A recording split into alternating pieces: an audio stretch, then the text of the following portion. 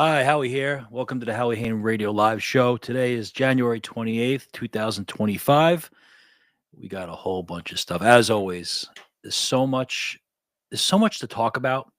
One of the most challenging things is to really cut through it all. And there's just such a wide range. But my focus has come down to Switzerland. I'm really intrigued by what happened over a period of 4 days from the 20th to the 24th. There was the World Economic Forum in Davos, Switzerland, where their annual meeting is almost always held in Davos. And Trump, after the inauguration, he wasn't there for the actual meeting.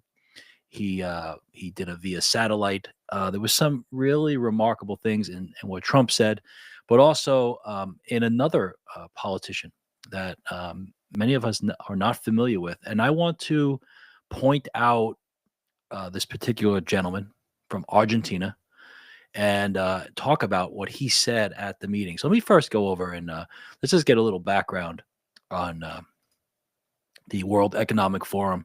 Their mission is the World Economic Forum is the international organization for public-private cooperation.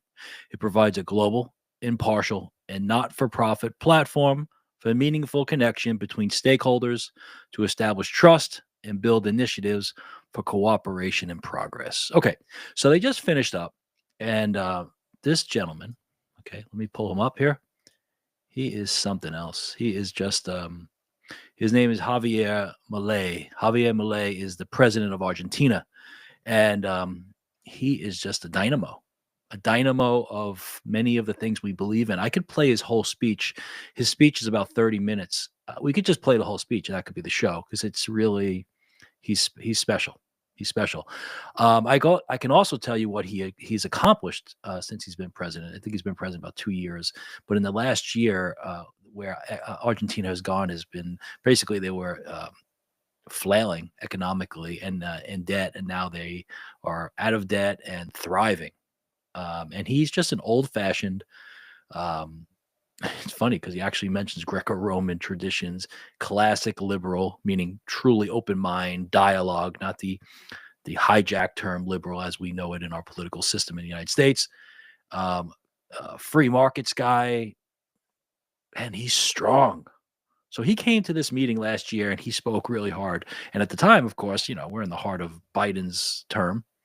And it is not cool to be talking this way. Okay. And so he has really been a forerunner in political sense outside the walls, the walls. There are no walls in our country. There will be walls if Trump keeps it up.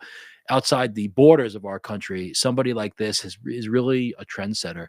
And in many ways, he's just returning to the basics. All right, so I'm gonna play a video.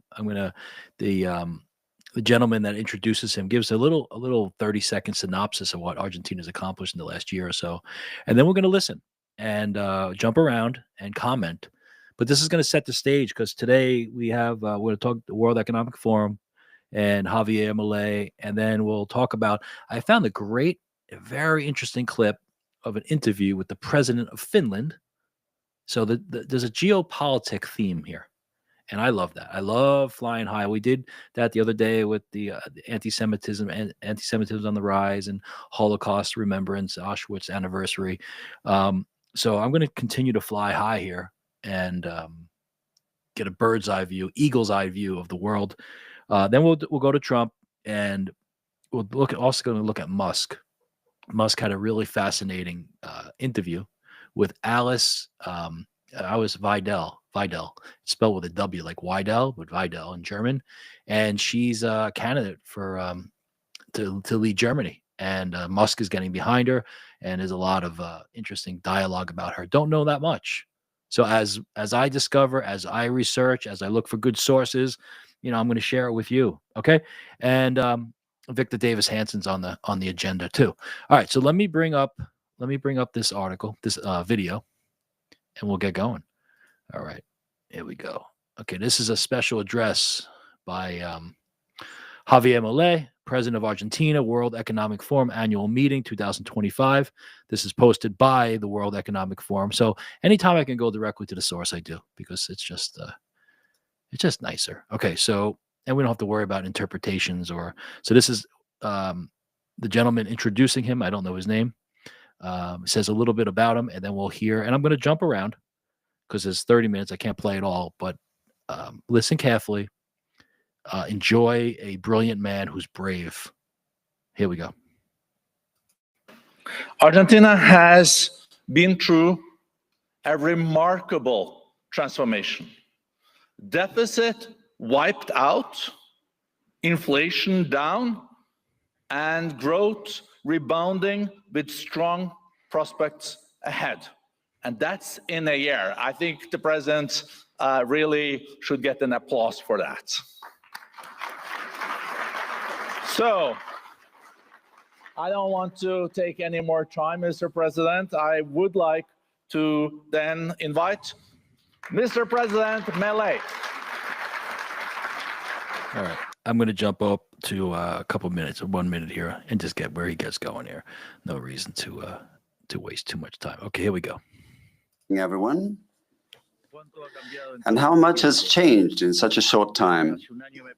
A year ago, I stood here before you alone and spoke some truths about the state of the Western world that were met with some surprise and astonishment by much of the political, economic, and media establishment of the West.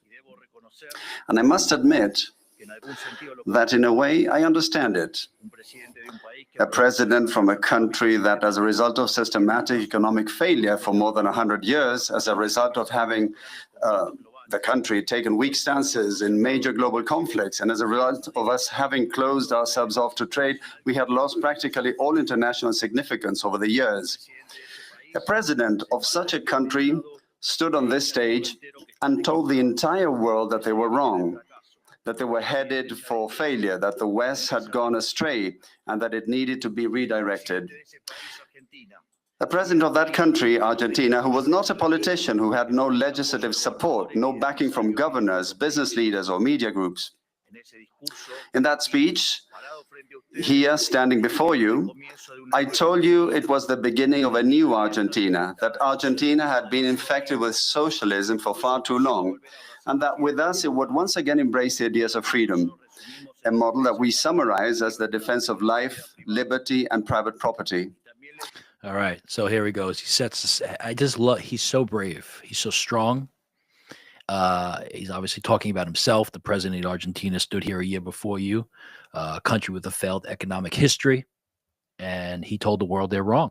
They're told they're wrong, and he goes into detail how they're wrong. Of course, the censorship and socialism and the woke life, getting away from principles of a free market.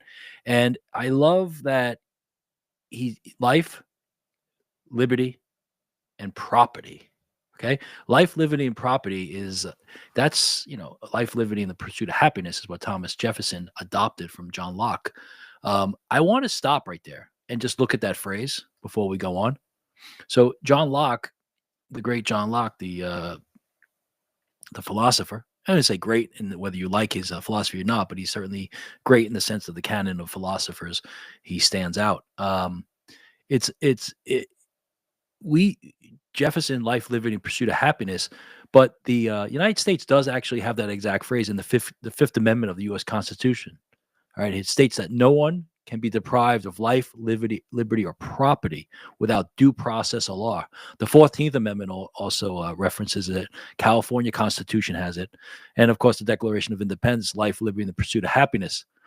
John Locke, in the two treatises of government, he said that society exists to protect property, which he defined as a person's life, liberty, and estate. All right, life, liberty, property. So I think we always have to remember these philosophical principles, and how beneficial it is when somebody steps up there and puts it back on the line. And the idea of property, okay, pursuit of happiness sounds nice, but really the idea of life, that all three are your property, right? My life, my journey here on earth, the gift God has given me, life, liberty, the liberty to exercise that life. Really, what else is liberty but the ability, the non-restriction by anybody or anything for me to fulfill the potential or squander the potential, because free will, of the life that God has given me. And property.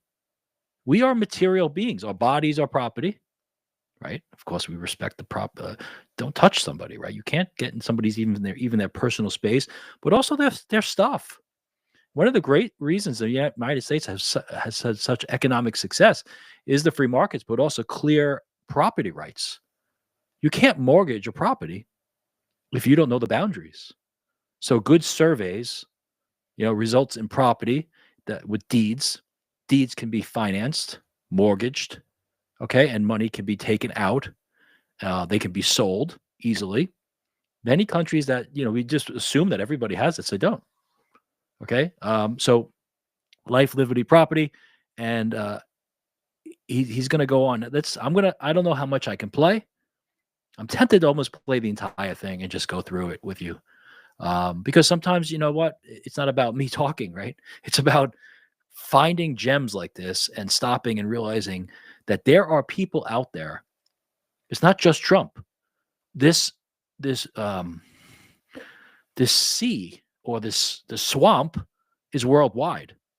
Okay, it's infected many countries, and with that, great men and women. We're going to see women rising up. 3 women in Europe. It's amazing. 3, okay, are really rising to the top here, and let's go on and keep going. Okay. And I also told you that, in a way, Argentina was the ghost of Western Christmases yet to come, because we had already experienced everything you were going through, and we already knew how it would end. A year later, I must say that I no longer feel so alone. I don't feel alone because the world has embraced Argentina. Argentina has become a global example of fiscal responsibility, of commitment to honoring our obligations, and obviously a commitment to solve the inflation problem. Also, we are an example of a new way of doing politics, which is about telling people the truth to their faces and trusting that they will understand. Not okay. Telling people truth to their faces and trusting that they will understand. It's a directness, a candor. I think this is one of the things that when I emphasize culture, that I'm putting my finger on, that it wasn't just that the government got too big or the spending. We lost a sense of nobility, a sense of honor, a sense of people criticize Trump constantly, the left, that he's a liar. Is there ever been a politician in your life that's been more direct with people? It's almost uncomfortable. The other day when he was in California with Karen Bass, the mayor, I mean, he just schooled her. It's embarrassing. It's almost like it's uncomfortable. He's so direct. But this is it. This man, his speech, when you listen, you can tell he's talking to an audience that is not with him completely. Like last year, there were almost nobody with him. Now everybody's moving over, late to the party. Right, just like we see in the United States with Zuckerberg and Bezos, right, and Gates. Now everybody wants to be at the table. Where were they a year ago? So telling people truth to their faces and trusting that they'll understand. It's a great way, a hard way, and it really touches on something beyond the political. It touches on a relationship issue. I mentioned the other day in my own life and in all our lives, we have situations where situations need to be corrected. Someone's behavior is out of line. Maybe it's our own. Sometimes it's somebody else in our life and we're really not at fault. And we need to correct that situation. And when we have an argument and we make peace, it's not about making people feel better about themselves. It's about justice and being fair with as much compassion and mercy and kindness as we can. But the goal is never about making people feel better.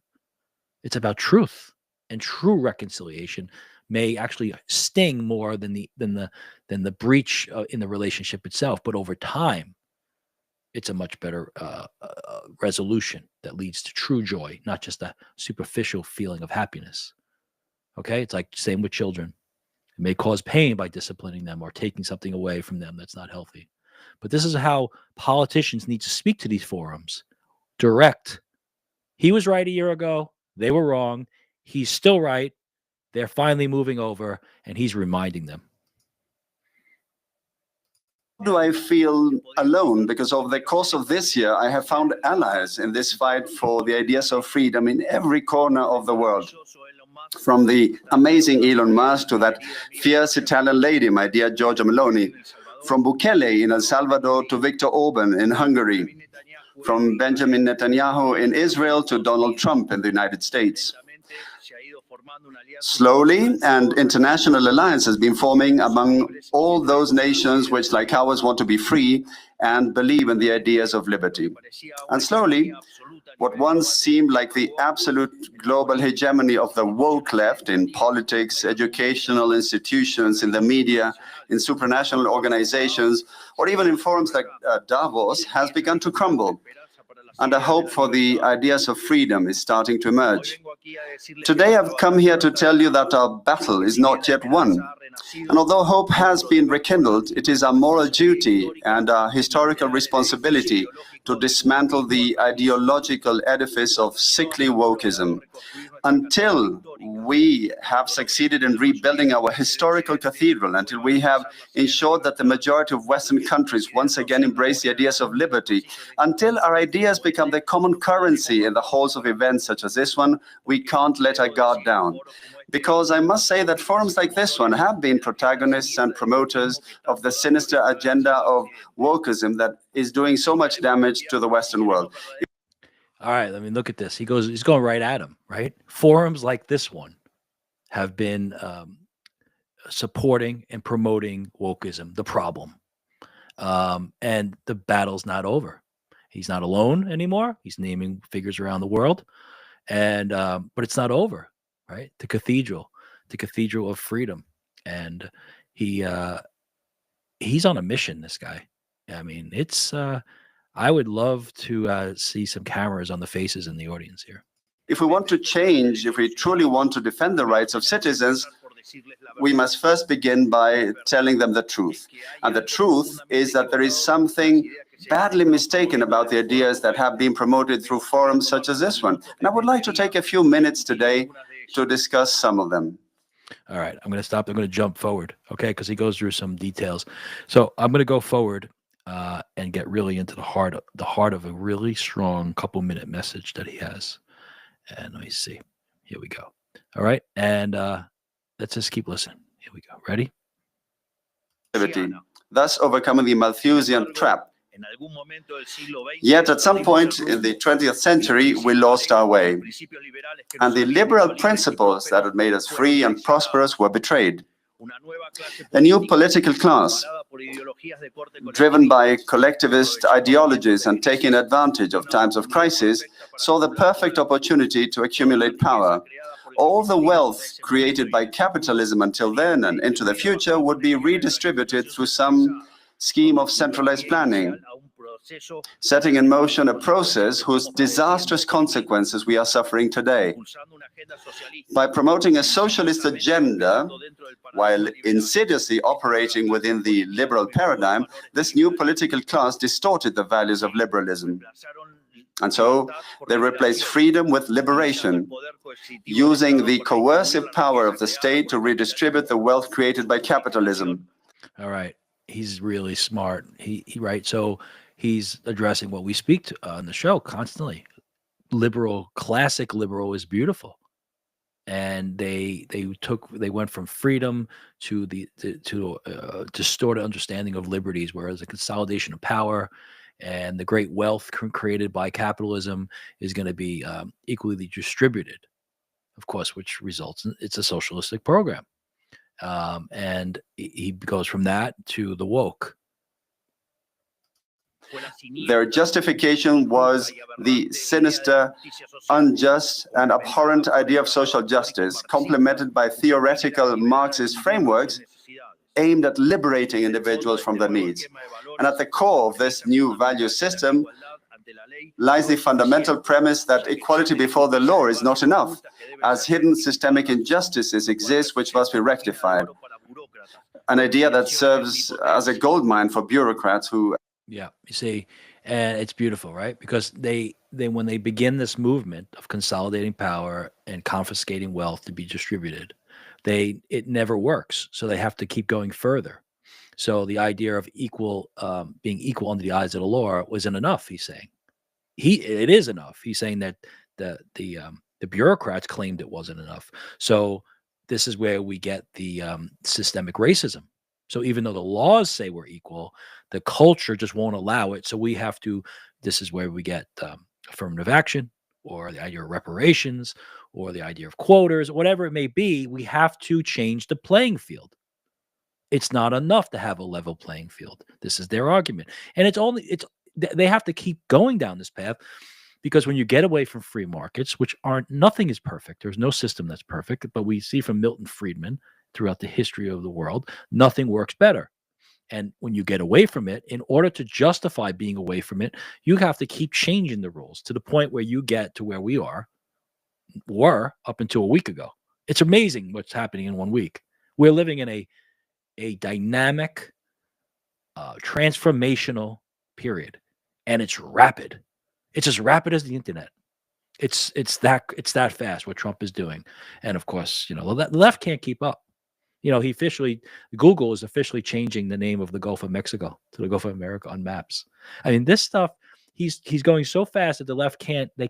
They need, in order to attack Trump, they need specific targets. And he's so smart with this. He just keeps moving, and he's shaking and baking. He's Muhammad Ali. We've talked about Trump and this idea of dancing like Elvis or boxing like Muhammad Ali. He is a fighter, and he doesn't just punch hard. He can move. He shakes and bakes. Aspire to omnipotence. And this is fundamentally what wokeism is about, the result of the reversal of Western values. Each of our civilization's pillars has been replaced by a distorted version of itself. Reversal of our pillars, right? The reversal of the honor, nobility, the virtues, right? We talk about virtues, like virtual reality. To me, it's the virtue reality, the reality that we need virtues and we must pursue virtues. And that's how we get closer to God. And that's how we use free will to become more like God. And there's nothing, everything this man is saying is hallelujah. And the way he's saying it, so matter of fact, so directly, right to the very group of people, the majority of them sitting there he's talking to them. They are the problem. Through various mechanisms of cultural subversion. Negative rights to life, liberty, and property were transformed into an artificial and endless list of positive rights. First, it was education, then housing, and from then on, absurdities like access to the internet, televised football, theater, cosmetic treatments, and an endless number of other desires that were turned into fundamental human rights. Rights that, of course, someone has to pay for, and which can only be guaranteed through the infinite expansion of the abhorrent state. In other words,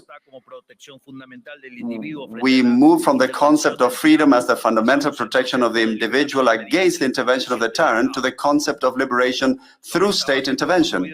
Yeah, there it is.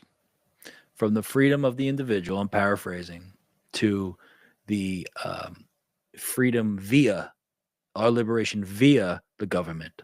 The government will supply us instead of the government protecting us, in the sense that not even protecting us, honoring our freedom, a collective agreement to do certain things that the government, federal government's needed for example, an army or interstate commerce or protection of borders, right? Trade deals. And going from that to this giant monster, okay? And the monster now is not protecting the individual. The monster is now the giant mother, pseudo mother, what appears to be life-giving. We will provide you with this, and we will make you free, and we will make the game fair.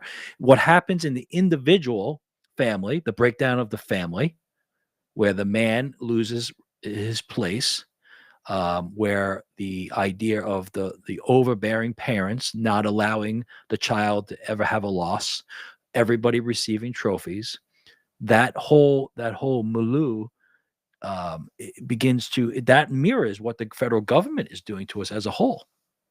So it's one giant nanny and particular nannies.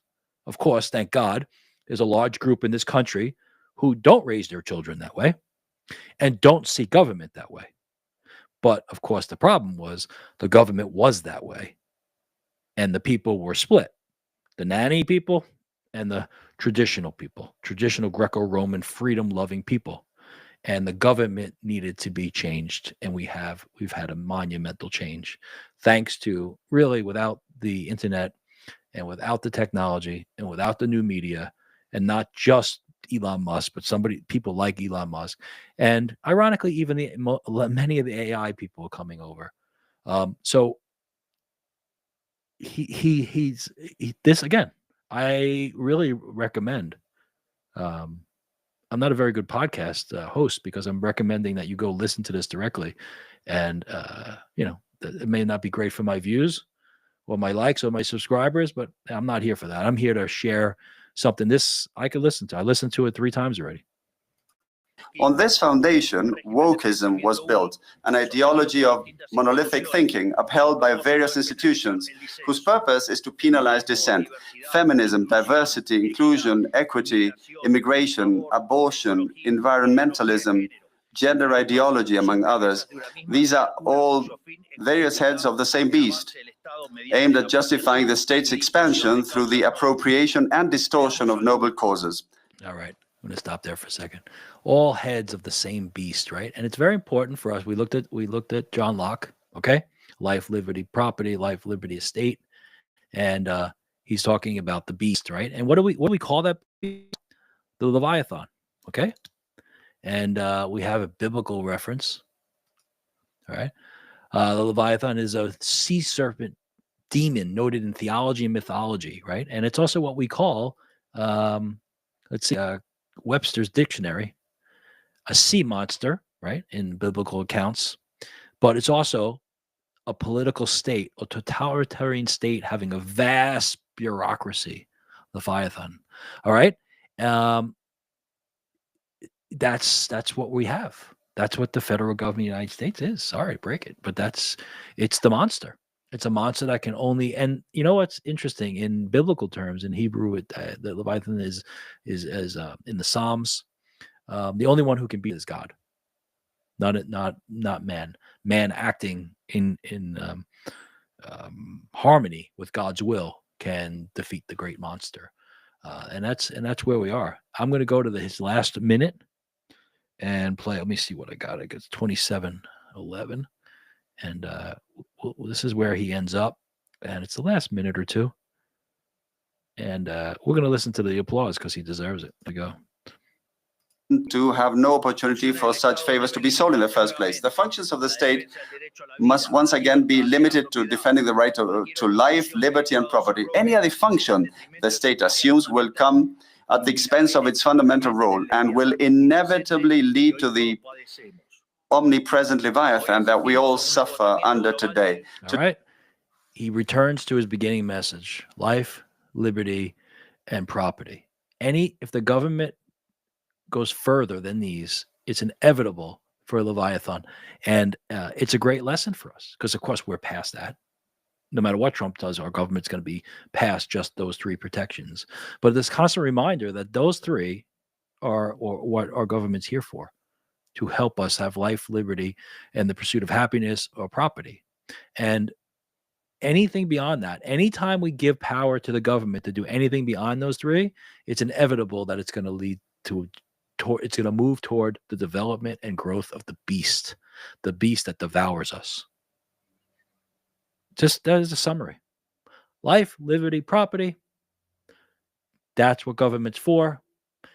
Any power we give the government to do anything beyond life, liberty, and property leads to the feeding of a beast that will grow larger and larger and larger, and then eventually eat us.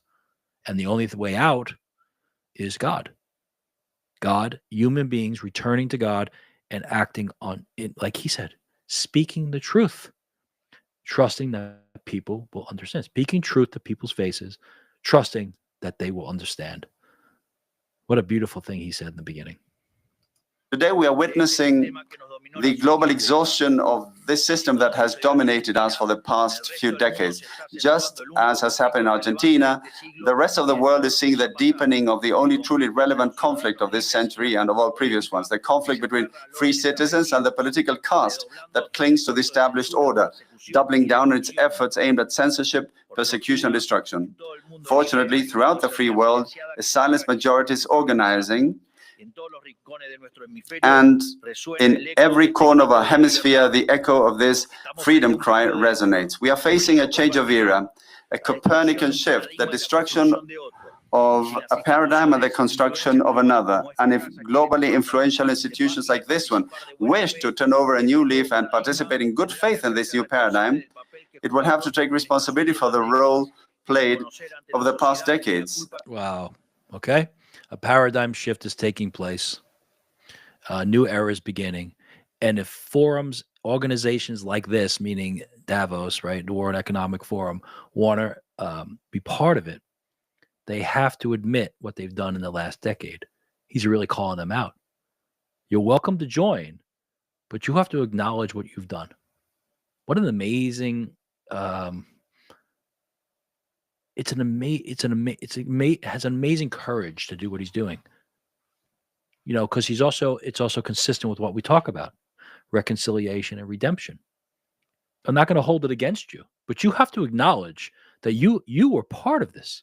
Every evil I'm talking about, you were supporting, pushing, promoting, mocking, and censoring those who are actually standing up against it. So you're welcome to join us in this new paradigm shift, this new explosion of freedom of speech and markets and opportunity. But you have to acknowledge what you've done. All right, I'm going to stop there and move on. And what I'm going to share with you is something that I think really does a nice job. It's a surprise that I found it. It's in the Detroit News, and it has to do with Trump. And we're going to go into Trump being at the forum, okay? But speaking at the forum. But I think this, now that we see Javier Milei, and I hope are encouraged that movements like this are happening around the world. I think reading this piece by Chris Thomas in the Detroit News, one of the big two papers in Detroit. The Detroit Free Press is the other one. This is Thomas. His name is Chris Thomas. He's an investor in mobility equity funds. I'm summarizing, but basically mobility companies. So he's an investor, and he wrote this piece. It's an opinion piece, Detroit News, and let me share it. It's good. It's really good. I think it sets the stage for us to continue down the journey we're on today. Okay, the Detroit News. Yeah, there it is. Okay. Trump's agenda serves as a second Declaration of Independence, right? Life, liberty, and the pursuit of happiness. All right, the Detroit News. This is from January 21st, 2025. Updated on the 22nd. On Monday, President Donald Trump and Republican majorities in both houses began working to pass an agenda through Congress that will be sweeping in both its scope and impact. It will affect everything from immigration policy, deficit reduction, energy policy, artificial intelligence, tax relief, foreign policy, defense policy, space policy, reindustrialization, reinvigoration of our manifest destiny, manufacturing, the extension of the debt ceiling, and much more. Trump's plan is nothing less than a second Declaration of Independence for the American worker, employer, and parent who have had enough of seeing their interests come a distant second to the demands of invasive homegrown bureaucracy and foreign trade partners. It's exactly what President Milei is saying. That's why I'm tying these. I have a whole series. I love doing this. And when you sit and you fish through, search through, run your hands through the sand and pick out the shells, you can see how trends, and it's not just trend of a story, of overarching philosophical trends and postures. How do we hold ourselves? What do we stand upon? So Milei is talking about life, liberty, property. And here, second Declaration of Independence. And look what he emphasized. The American worker, employer, and parent who have had enough of seeing their interests come a distant second to the demands of the invasive, homegrown bureaucracies. Leviathan, the beast that we created and we have fed. And when I say we, I mean us as a whole. We have to take responsibility as a whole, not maybe individually, but as a whole. The American people over time have created this beast, and we call it bureaucracy, but it's a Leviathan. How will this revolutionary agenda be passed? Trump has been vocal in his preference for one big, beautiful bill, which U.S. Speaker of the House Mike Johnson and many other House Democrats quickly supported and have said could be passed by April or May. U.S. Senate Majority Leader John Thune and others in the Senate leadership are making a case for a two-step approach that would allow Congress to quickly pass a bill focused on defense, energy policy, and border security, and then follow that up with another bill focused on tax policy and other initiatives later on this summer. That will be interesting to see. Now, you want my suspicion? My suspicion is that Democrat Republicans are weak. And John Thune, I really hope he does his job. I'm suspicious. I am cautiously optimistic. But I agree about one big bill. It may not be the way things are done, but Trump is not behaving the way things are done. That's precisely the point. Congress is so used to let's break it apart. It'll be easy to pass one. You know what happens? The second one never arrives. The first one causes so much damage. The second one never arrives. My instinct is what Trump's saying. Go. It's not the way it's done, but put it all together. You have the momentum. You have the House. You have the Senate. Mike Johnson needs to prove himself. John Thune needs to prove. John Thune, see what he can do is he can break it into two parts. John Thune proves himself loyal, but then on the second one, I don't need to do it now. No. You have the power. You have the mandate. You have the House. You have the Senate. You have relatively a new speaker. He's been speaker for a few years, but a new speaker, a speaker who is now in a position where he can't say, well, I don't have the Senate, I don't have the presidency. No, you have all three. Okay, and we like Mike Johnson, cautiously optimistic. Makes me a little nervous sometimes because he wants to remind us how his majority is so small, and I don't want to hear about that. I've said it over and over again. I'm going to say it again. If you're chosen to be the starting quarterback, and that's what the Speaker of the House is, get out there on the field and do your job. I don't want to hear about how small the majority is. There's nothing to talk about. You huddle up your team, you call a play, and you execute the play, and you score points. I don't want to hear about the defense, the coaches, the fans, nothing. You are the starting quarterback, Mike Johnson. Go out there and get him. I believe in this guy. I think he can do it. Mr. Johnson, if you're listening, listen to me.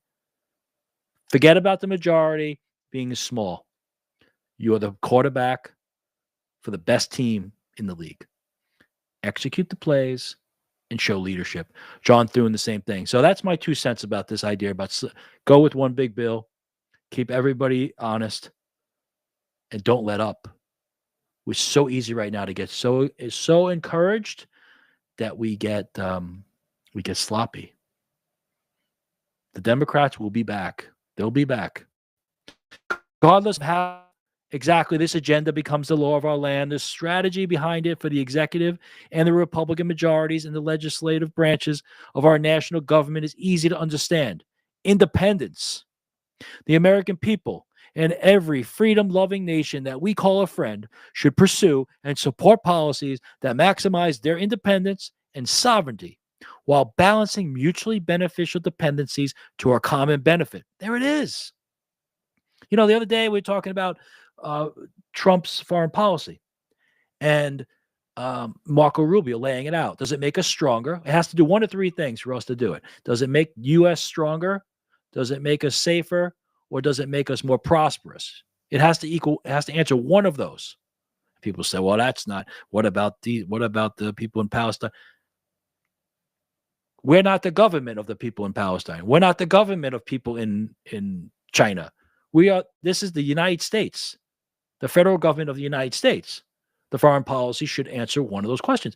My argument is, if it makes us stronger or us safer or us more prosperous, then others are safer, stronger, and more prosperous. Maybe not everyone, but there's no way that a government and a power, an empire that we have, that we're in this time and place in the world history,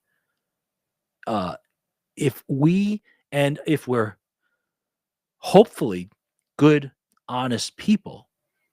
Good and honest doesn't mean we have to give everything away and act on their behalf constantly. No, we have these self-interest and we're good. We're good. We have hearts that are not trying to just take advantage, that others will be benefited when we're made stronger, when we're made safer, and when we have more prosperity. That's what we need to think about. And that's what he's saying, that all countries should do this.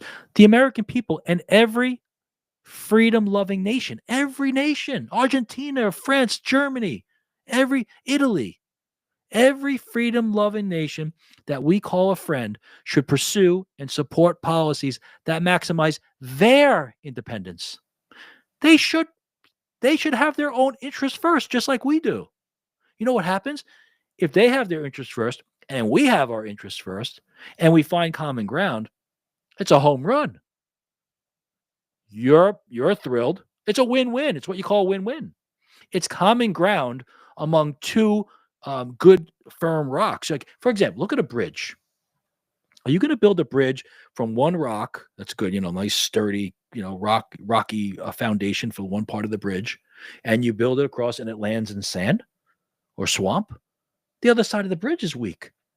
Our alliances are only as good as the foundation of each side of the bridge. And if one side of the bridge doesn't have their self-interest first, it's sand.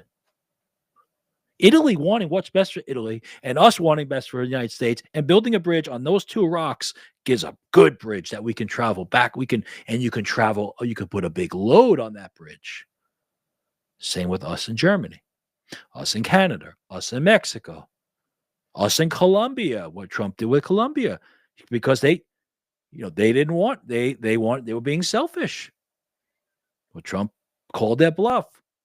All of a sudden, they realize it's in their self-interest. By Trump actually pushing Colombia to do what needs to be done, he helped Colombia. Because the bridge between us becomes real. Right? It was their choice. If they rejected it, well, it's no longer a bridge at all. What it will be is you'll pay a price. Because either way, we're going to build a tower. You can either build a bridge or a tower. But either way, we're building. You're not going to stop us. Colombia did the right thing. Said, okay, you know what? Send those people back. In fact, the president's going to send his plane in order to help. And I think this right here, to all the people, and I get comments.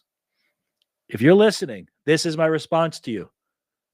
The United States, the federal government of the United States is the government of the United States. And if we want good allies and good relationships, and like, for example, our role in NATO, and we're going to listen to the Finnish president in a little while. They get it. They get it. When we're hard on NATO because NATO's not doing their share, the other countries of NATO are not doing their share, we actually help NATO. It's not just helping ourselves. When we help ourselves, we're speaking, what did he say? Speak the truth to their faces, trusting that they will understand. If they don't understand, that's their problem. What are you going to do? Not speak the truth? It goes back to the parent that is so afraid of the child crying that they let them just eat candy all day. The American people and every freedom-loving nation that we call a friend, our aim should be to pass legislation focused on the health, prosperity, safety, and defense of our people and our way of life without restraint or limitation. We in the United States and our allies throughout the West should seek to pursue our own path in a way that inspires others to emulate the strength of our example. Hallelujah. Hallelujah. Not to exploit our free society or to ship our birthright overseas. We must cultivate excellence by investing in our people. We must celebrate what makes us different rather than joining in a global race to the bottom. A second American Declaration of Independence is not a trivial political gimmick. It goes to the core of our history as a nation, which was born out of a stubborn determination to forge our own path based on the revolutionary ideas of inherent human equality and inalienable rights that flow from individuals to the government. Yes, rather than the other way around. Our founding fathers anticipated that our commitment to these unique values would need to be renewed every generation or two in order for our republic to last. Now is one of those necessary moments of national renewal. These are good. I'm good, man. I picked some good stuff. And it's what we just said. It's what President Milei just said. Because it's our nation, which was born under stubborn determination to forge our own path, the individual pursuit of your dream that God has placed on your heart, whatever that dream may be. It doesn't have to be a famous one. It could be a dream of just raising your family a particular way, or owning your farm, or owning the store on the main street, okay, or going to getting a certain degree of, or having your child get a certain degree of education, whatever it may be, based on the revolutionary ideas of inherent human equality. Inherent, not given to us by the government, inherent by our God-given birthright. We are equal to God. God loves us equal. Does it mean we have equal talents in every dimension? No. See, when the equality comes from the outside, then the organizations that live outside us try to make that equality real. That's called affirmative action and quotas and DEI. It doesn't work. When we accept that we are equal in the eyes of God in terms of our dignity, and his love for us, and our right to exercise our lives in the freest manner possible in order to pursue what God has placed on our minds and in our relationship with him, good, bad, and ugly, because we're going to make mistakes and some of us are going to get lost. But that is inherent. That's part of our DNA, our spiritual DNA, our psychological and emotional DNA, is that we are loved by God and we are equal, not only under the eyes of the law, but under God's eyes, but not equal results and not equal in every capacity in the sense of how high you can jump or how fast you can run or how much math you can do in an hour. Those are different. Those are more like accidental, secondary qualities. It's the dignity of the human being that's equal among everyone, no matter how tall, how fast, how rich, how poor, when you're born, where you're born. Dignity. That's what's equal. All right. Our founding fathers anticipated that our commitment to these unique values would need to be renewed every generation or two. Isn't that interesting, right? They did. They knew that by virtue of our success, the prosperity that our government, the way of life, and our economy would make us fat and lazy, and we would lose the appreciation for the freedom.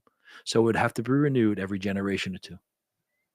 And now is one of those necessary moments of national renewal. How could you deny that? How could anybody deny that this isn't a time of renewal? He finishes, to be clear, I am not encouraging actually watering the tree of liberty with the blood of tyrants, as Thomas Jefferson did. I think we can accomplish a peaceful revolution through the unremitting adherence to the Constitution and the Bill of Rights that Jefferson helped to frame. Nonetheless, we are faced with a generational opportunity to relight the lamp of freedom that has inspired both Americans and the rest of the world and restores our sense of national mission. In 2026, America will celebrate the 250th anniversary of the Declaration of Independence that began our national adventure into the limitless realm of the human imagination. Amen. For the first time, a group of people from different lands of origins and of different religious faiths declared themselves to be a nation. Look at that. Read that again. For the first time, a group of people from different lands of origins and of differing religious faiths. Remember George Washington's letter to the Hebrews of Newport, Rhode Island, that I read to you the other day?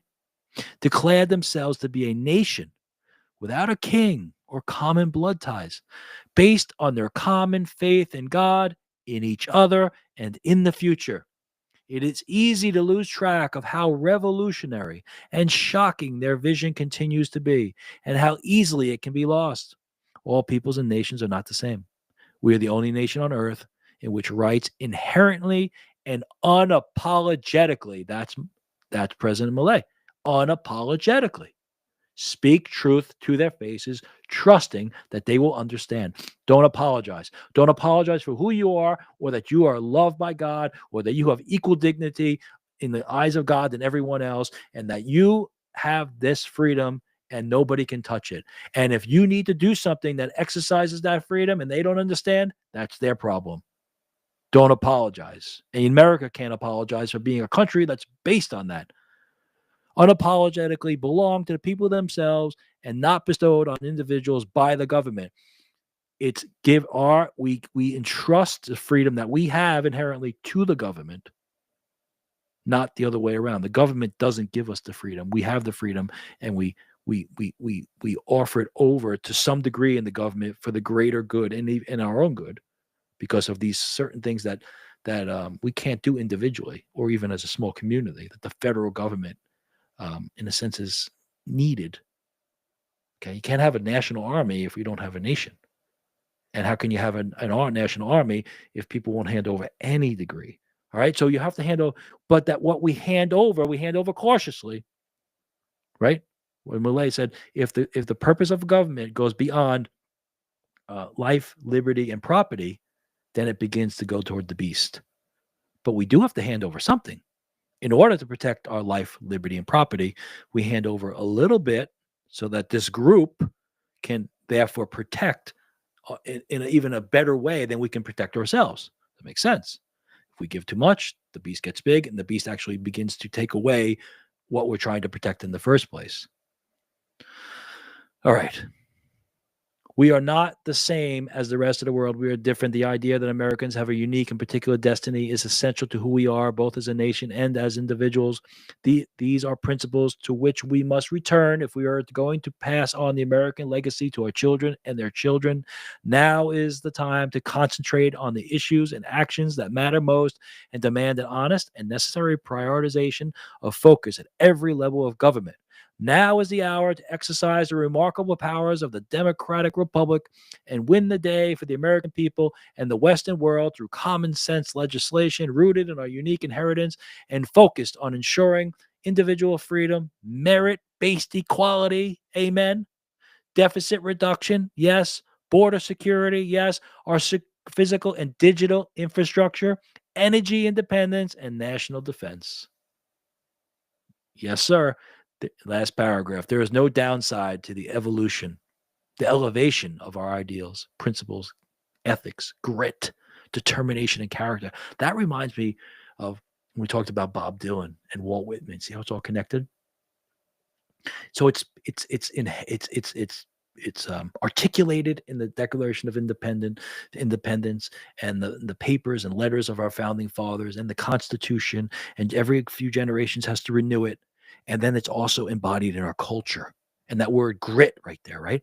There is no downside to the elevation of our ideals, our dreams, right? Our principles, our ethics, grit, the American grit, the cowboy, the athletic, this is what I want to do. You grit your teeth, you bear through the struggle, you make sacrifices. You become a hero with 1,000 faces. Everyone has the possibility of being a hero to those around them. And the upside is the reinvigoration of the American dream, the expanding of individual freedoms, the continued realization of our destiny without apology, with a thirst for discovering what comes next and a zeal to write our next chapter together as one people. Amen, amen there, guy. I like this. Chris Thomas, co-founder and partner at Assembly Ventures. Nice piece. Nice piece. I like it. We're going to continue on. You see how they're connected? Huh? They're definitely all connected there. And so we go from Argentina, a beautifully strong, brave speech, showing that Trump's not alone in this idea of how to be a man. And what I mean by man, in that sense, I don't mean really a male. I mean by being a person with a strong backbone. Because we're going to see 3 women. There's 3 women in Europe right now, right? Le Pen in France, and I'm not saying I agree with every position they take, and Meloni in Italy, and who is her name? Alice Weidel in Germany. And whether we agree with them, whether we support them, whether they're elected or not, you see there's a common trait in people speaking truth to power. That's what they believe, and they're speaking it straight, unapologetically. And we got to love that. And if you disagree, well, then use arguments to disagree. Have a dialogue. Listen sincerely. I listen sincerely. You listen sincerely. And then we either learn from each other. We always learn from each other if we listen sincerely. We might learn that we're actually more correct than we thought, right? Or we might learn that we're wrong. But either way, it's the sincerity of the listening and the honest pursuit of the individual to walk deeper into the truth, not be right. If you mean right by being in the truth, then fine, be right, but not being right that you don't lose and you always win, even by changing the rules. No, that's not right. What's right and just is going deeper into the truth. And if we have dialogue, we will find that we are not always correct. In fact, we're almost never fully correct. And we can always be tweaking our position to be more aligned with truth, with beauty, with love, with goodness, with God's will. All right. What I have here, I just think this is great. And this is the kind of stuff you're going to get on the Howie Haynes show. You're not getting anywhere else. So Finland President Stubb, S-T-U-B-B. His name is Alexander Stubb. Finnish President Alexander Stubb. This is by Bloomberg Television I'm going to share. It's really good. He was at Davos, and he's being interviewed on Bloomberg Television. And the conversation, they're talking about the Baltic Sea. I'm not going to play that part. And then it comes up about Trump is now in power. And I want you to listen to what President Stubb, S-T-U-B-B, says. President Alexander Stubb of Finland. So I'm going to play it. Let me share it with you. And I think we're going to continue to hear an amazing pattern of language that I think is so encouraging. All right, let me make sure we're shared. Yeah, we are. Okay. And what I really want to point out today is I don't want to just get into this argument with people, because obviously there are some people that are commenting to making comments to our show, and they're not Trump fans. And they just throw out these bombastic claims, and he's evil, and he's, and my response to that is the following. Let me digress a second in a good way. I knew a great professor. His name is Paul Zalanka.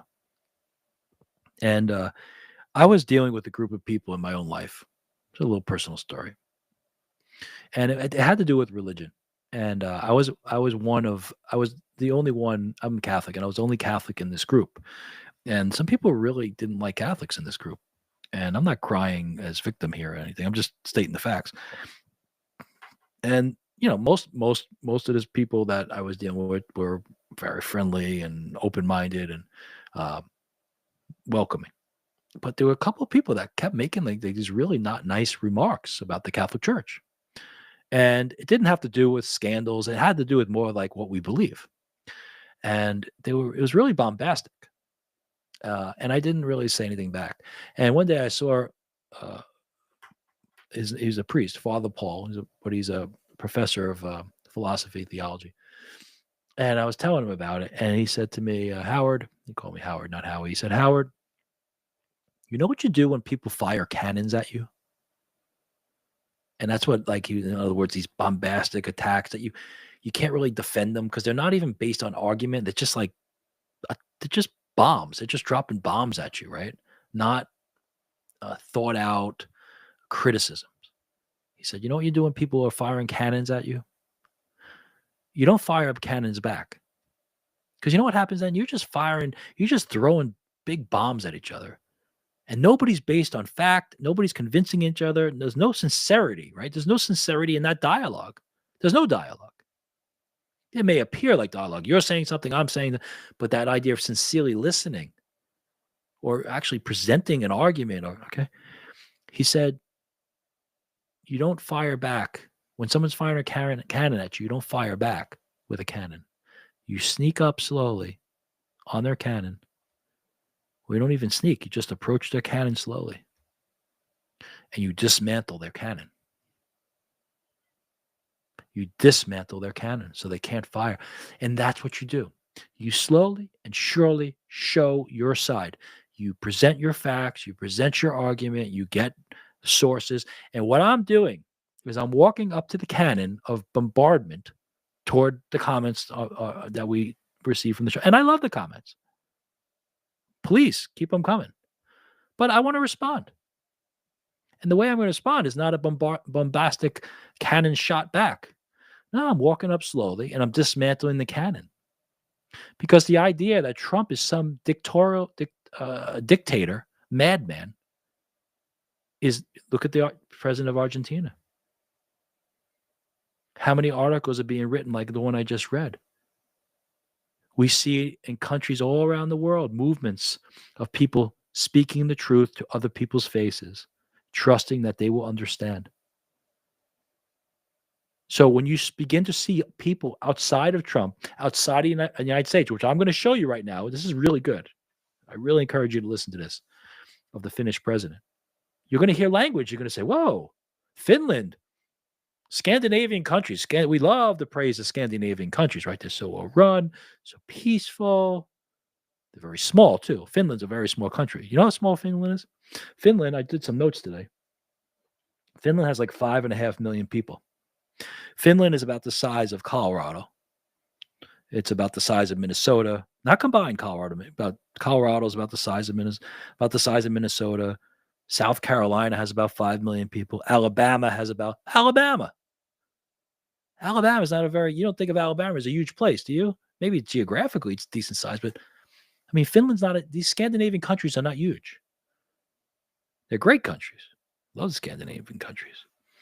But the point is, we love to praise them about how they work and how efficient they are, but they're also very small and they're very good. They're very tight immigration. Okay. So take a look. By the way, Long Island, I love these stats because I grew up in Long Island. Long Island has 8 million people. Finland has 5.5 million. Long Island has 8 million. It's just one small part of New York State, let alone the United States of America, 350 million. So we have to remember about population. Population really does matter when you're trying to govern, especially when the borders are open. All right, so let's go to this video and play. So this is the president of Finland, and the reporter is going to ask him about Trump. Here we go. With it. Obviously, President Trump is now back in office, and in recent weeks he's made comments about not ruling out military action to take control of Greenland and other areas. What's your response to that? Well, I think the response is that in foreign policy you have to, deal with things case by case, right? So we all understand that Trump has changed American foreign policy, and it's more transactional. We deal with that. And of course, we look at it from two tracks. One track is our own, what is in Finland's interest. A country like Finland produces 60% of the world's icebreakers. The alliance needs 70 to 90 icebreakers. Is there a deal to be made there? Actually, it was Donald Trump's idea originally to do something on icebreakers. And the other track that we look at is, of course, our Nordic track and EU track and international law track. I come from a small country. For me, it's very important 3 principles are met. 1, independence of a nation state. 2, sovereignty of a nation state. And 3, territorial integrity of a nation state. Well, Let's stop there, okay? Now, I know you're all listening. I had somebody criticize that I stop too often in comment. It's just the way it is. It's just the show. We're not a news show. This is an exploration, a commentary. But I respect it. I get it. Anyway, it is what it is, and it's the way I do it. So I'm going to go back. What he just said is incredibly consistent with everything we've talked about today. He says it with a different tone, a different accent, a different personality. But let me go back to 247 here. Is it 247? Let me check my book. 244. Okay. And I'm going to stop. And we're going to look at each little phrase that's significant. Here we go. She asked about Trump. Obviously, President Trump is now back in office, and in recent weeks, he's made comments about not ruling out military action to take control of Greenland and other areas. What's your response to that? Well, I think the response is that in foreign policy, you have to, deal with things case by case, right? I think right away, this guy is a pro. Okay, he's a diplomat. She wants to get right into the Greenland thing. Okay, and which by the way is just classic Trump. See, by her asking that question, it shows how effective Trump is. Whether he's serious about Greenland or not, his offense, Trump's on offense. Hey, let's take over Greenland. It makes her frame her question on his side of the field, because she's not leading with some negative comment that the Democrats are making about Trump. What do you think about Trump's scandal? No, Trump's on offense, causing her to frame her question to finish president on Trump's terms. Whether Trump's serious, do you see what he does? It's so obvious what he does. But when you're really good, it may be like a great basketball player. It may be obvious what the next move is going to be. Shaq's going to go down the middle and slam, but you can't stop him. But the only way you stop him is if you get Shaq not to play. If Trump stops playing, then it's a problem for Trump. If Trump just stands in the middle, it's a problem. But if he keeps charging toward the basket, and he keeps shooting, and he keeps faking, and he keeps passing, you can't keep up with him. So, but he's a good diplomat right away. Case by case basis. But here comes the heart. He's going to get right off the Greenland thing. He's not going there. He knows what he needs to do. He needs to befriend Trump. He doesn't want an enemy. He wants to be friends with Trump. He should want to be friends with Trump. So we all understand that Trump has changed American foreign policy, and it's more transactional. We deal with that. It's more transactional. We'll deal with that. Yes, it's more transactional. You know what? You could say that word transactional sounds kind of negative. But really, what all transactional means is that it's not just us doing things for everyone. And it's also just not America doing whatever it wants, willy-nilly. It's transactional. Colombia, it's transactional. Canada, it's transactional. Help us with the border. Mexico, help us with the or this, or we put tariffs, or NATO, we're not contributing if you don't step up. It's transactional. I think, I don't think, I'm not being critical of that word. I think it's an appropriate word. It's transactional. It seems cold, and it seems like it's not personal, and there's a degree of that. But really, when we talk about the idea of the bridge being built on two rocky shores that are nice and stable, and a good bridge needs two sides, good secure sides, that's transactional. The transaction is between solid and solid. Does it work for you? Yeah, it works. That's what a win-win means. All right, let's keep going. And of course, we look at it from two tracks. One track is our own. What is in Finland's interest? A country. Did he just say what's in Finland's interest? I thought you weren't allowed to speak like that. You mean the president of Finland wants to protect the interest of Finland? Oh, that's outrageous. This is crazy. He must be a dictator. He's out. Oh, what, is he a Nazi? Oh my. It's obvious. Every country does it. Every country should. So these criticism, these comments that come in, that Trump is just worried about us, of course. He's a president of the United States. The father of the Smith family should worry about the Smiths. It doesn't mean he can't be friendly to the Jones. It doesn't mean they can't be charitable to the Johnsons. But not to the point where the Smiths are hurting themselves and making their lives less. The pursuit of life, liberty, and property is diminished. Finland is worried about its life, liberty, and property. And he's going to lay out those beautiful triad, right? The life, liberty, property. Listen to he has 3 points, and he's going to 3 points are going to match the life, liberty, property of the individual. Life, liberty, pursuit of happiness of the individual. The state, the government, has 3. Here they. Like Finland produces 60% of the world's icebreakers. The alliance needs 70 to 90 icebreakers. Is there a deal to be made there? Actually, it was Donald Trump's idea originally to do something on icebreakers. And the other track that we look at is, of course, our Nordic track. And I'm not going to let that go. He's talking about icebreakers. They make icebreakers. The alliance need icebreakers. It was actually Donald Trump's idea that we do. This is what Mark Andreessen was talking about. He's a systems guy. He's a negotiator. He proposed. You can see. Does this man sound like he's against Donald Trump? That he thinks Donald Trump shouldn't be? That this is a devastating election result that Donald Trump is backing off? No, it doesn't sound it at all. Doesn't sound like it at all. And remember, like Mark Andreessen about the systems, and a great businessman, a great communicator, a great systems guy, and you know what reminds me of too? A great negotiator. To be a great real estate guy, you have to be a negotiator, like Witkoff, Stephen Witkoff. Trump sent Witkoff to negotiate the Gaza situation. He got it done in weeks. Biden couldn't do it in a year. Witkoff's a real estate guy. From what I understand, I think he's a Long Island real estate guy. Trump's friend. Real estate, boots on the ground, developers, more than real estate, developers are used to complex systems. There's a lot going on.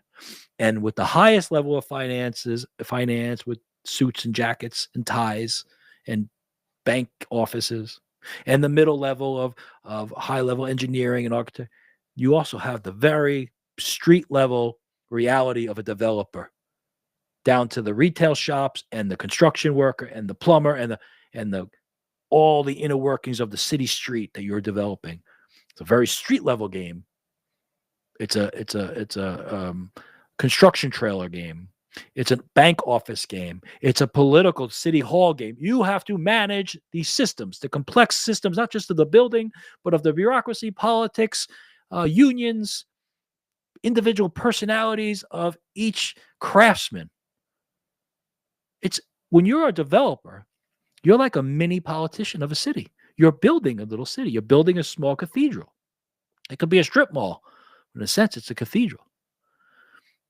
An EU track, an international law track. I come from a small country. For me, it's very important 3 principles are met. 1, independence of a nation state. 2, sovereignty of a nation state. And 3, territorial integrity of a nation. Oh, my goodness. He might as well just said life, liberty, property. Let's go back. On icebreakers. And the other track that we look at is, of course, our Nordic track, an EU track, an international law track. I come from a small country. For me, it's very important 3 principles are met. 1, independence of a nation state. Life. Independence.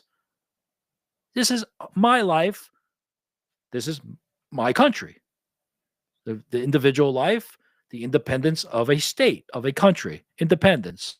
Nation state. 2, sovereignty of a nation state. Sovereignty, life, liberty. That the state is under its own control. Its destiny lies in its own hands.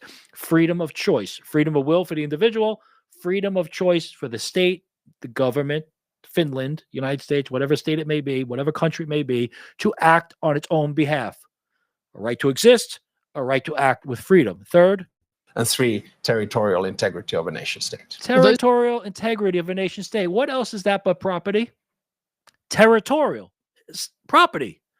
Borders. Clear borders. Like I spoke about in the beginning. In order to mortgage a property, you need to know the boundaries of a property. It needs to be surveyed. In order to survey, you need the property lines.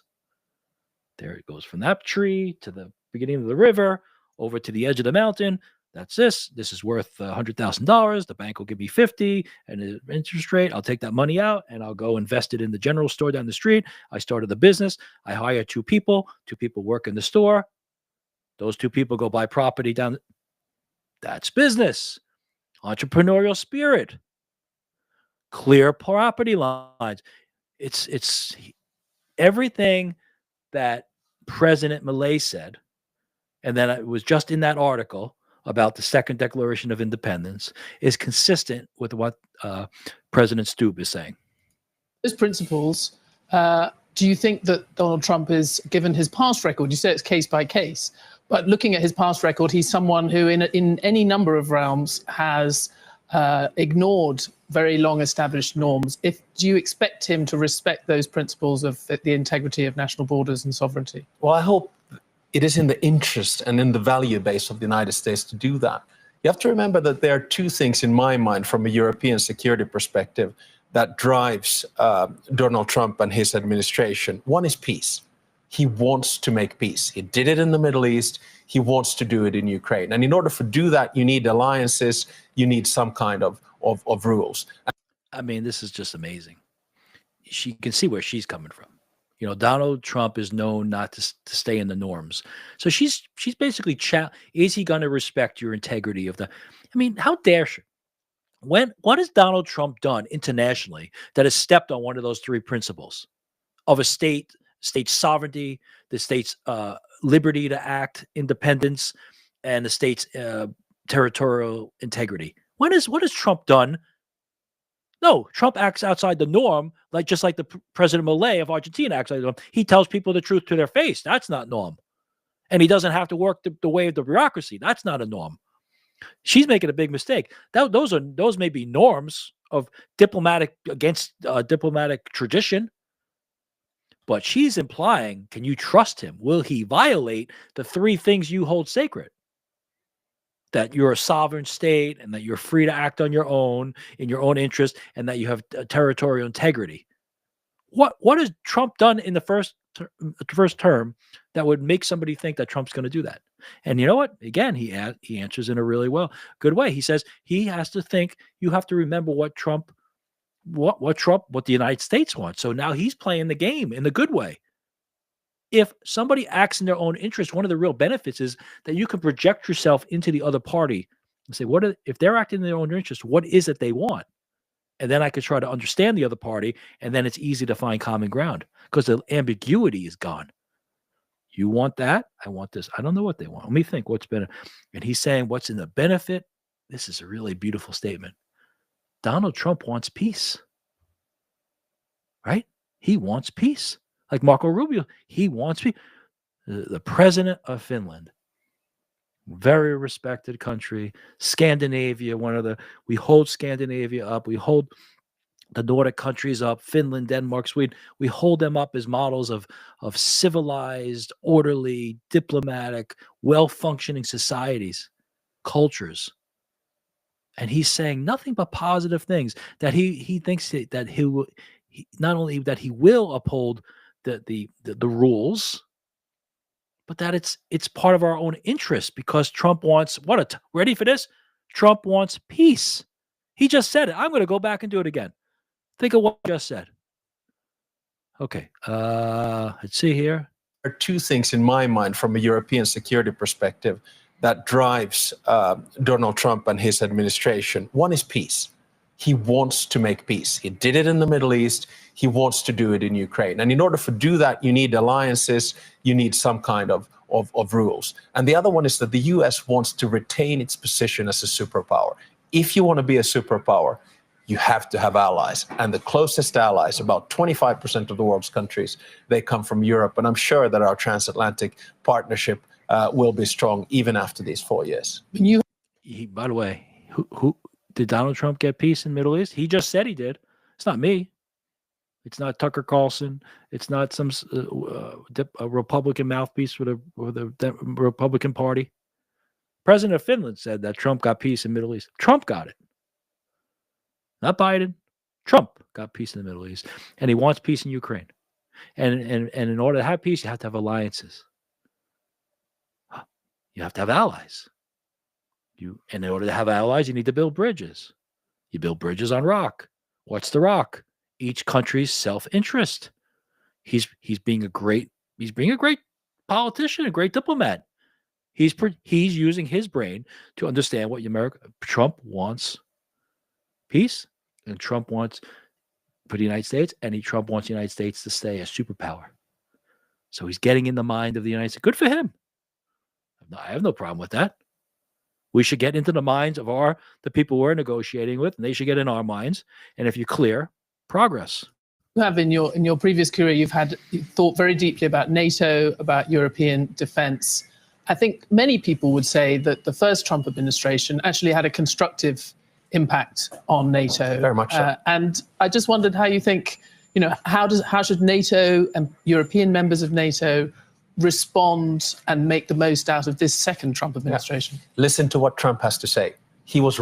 Oh, my Lord. I can't let this go on. You're out there with your comments about your anti-Trump comments to me? Listen to Trump has to say. And he had a positive effect on NATO. And he says very much, this is the evil Trump, who everybody hates, right? President of Finland. Trump had a positive effect on NATO. Very much. What do you say to people? Listen to him. That's what he says. Listen. Let's go back. Of this second Trump administration. Yeah. Listen to what Trump has to say. He was right originally when he said that Europeans are not taking care of their defense enough. He was right in saying that we're not using enough for our defense expenditure. I'm not speaking for Finland because we're up at 2.4, 2.5%. We have one of the largest militaries in Europe, and we actually buy American military material. You're not at 5%, though. We're not at 5%. The United States is not at 5% either. So the fact that he's pushing us to do more on our own, I think is a good thing. So what I want to say is that listen to what President Trump has to say and act accordingly. A country like Finland will certainly do that. Do you think people... Listen to what Trump has to say and act accordingly. She pushes him on the percentage. She's asking about percentage of GDP that they spend on military. That's a magic number, right? And we used to spend near 5%. We're not at 5% anymore, according to him.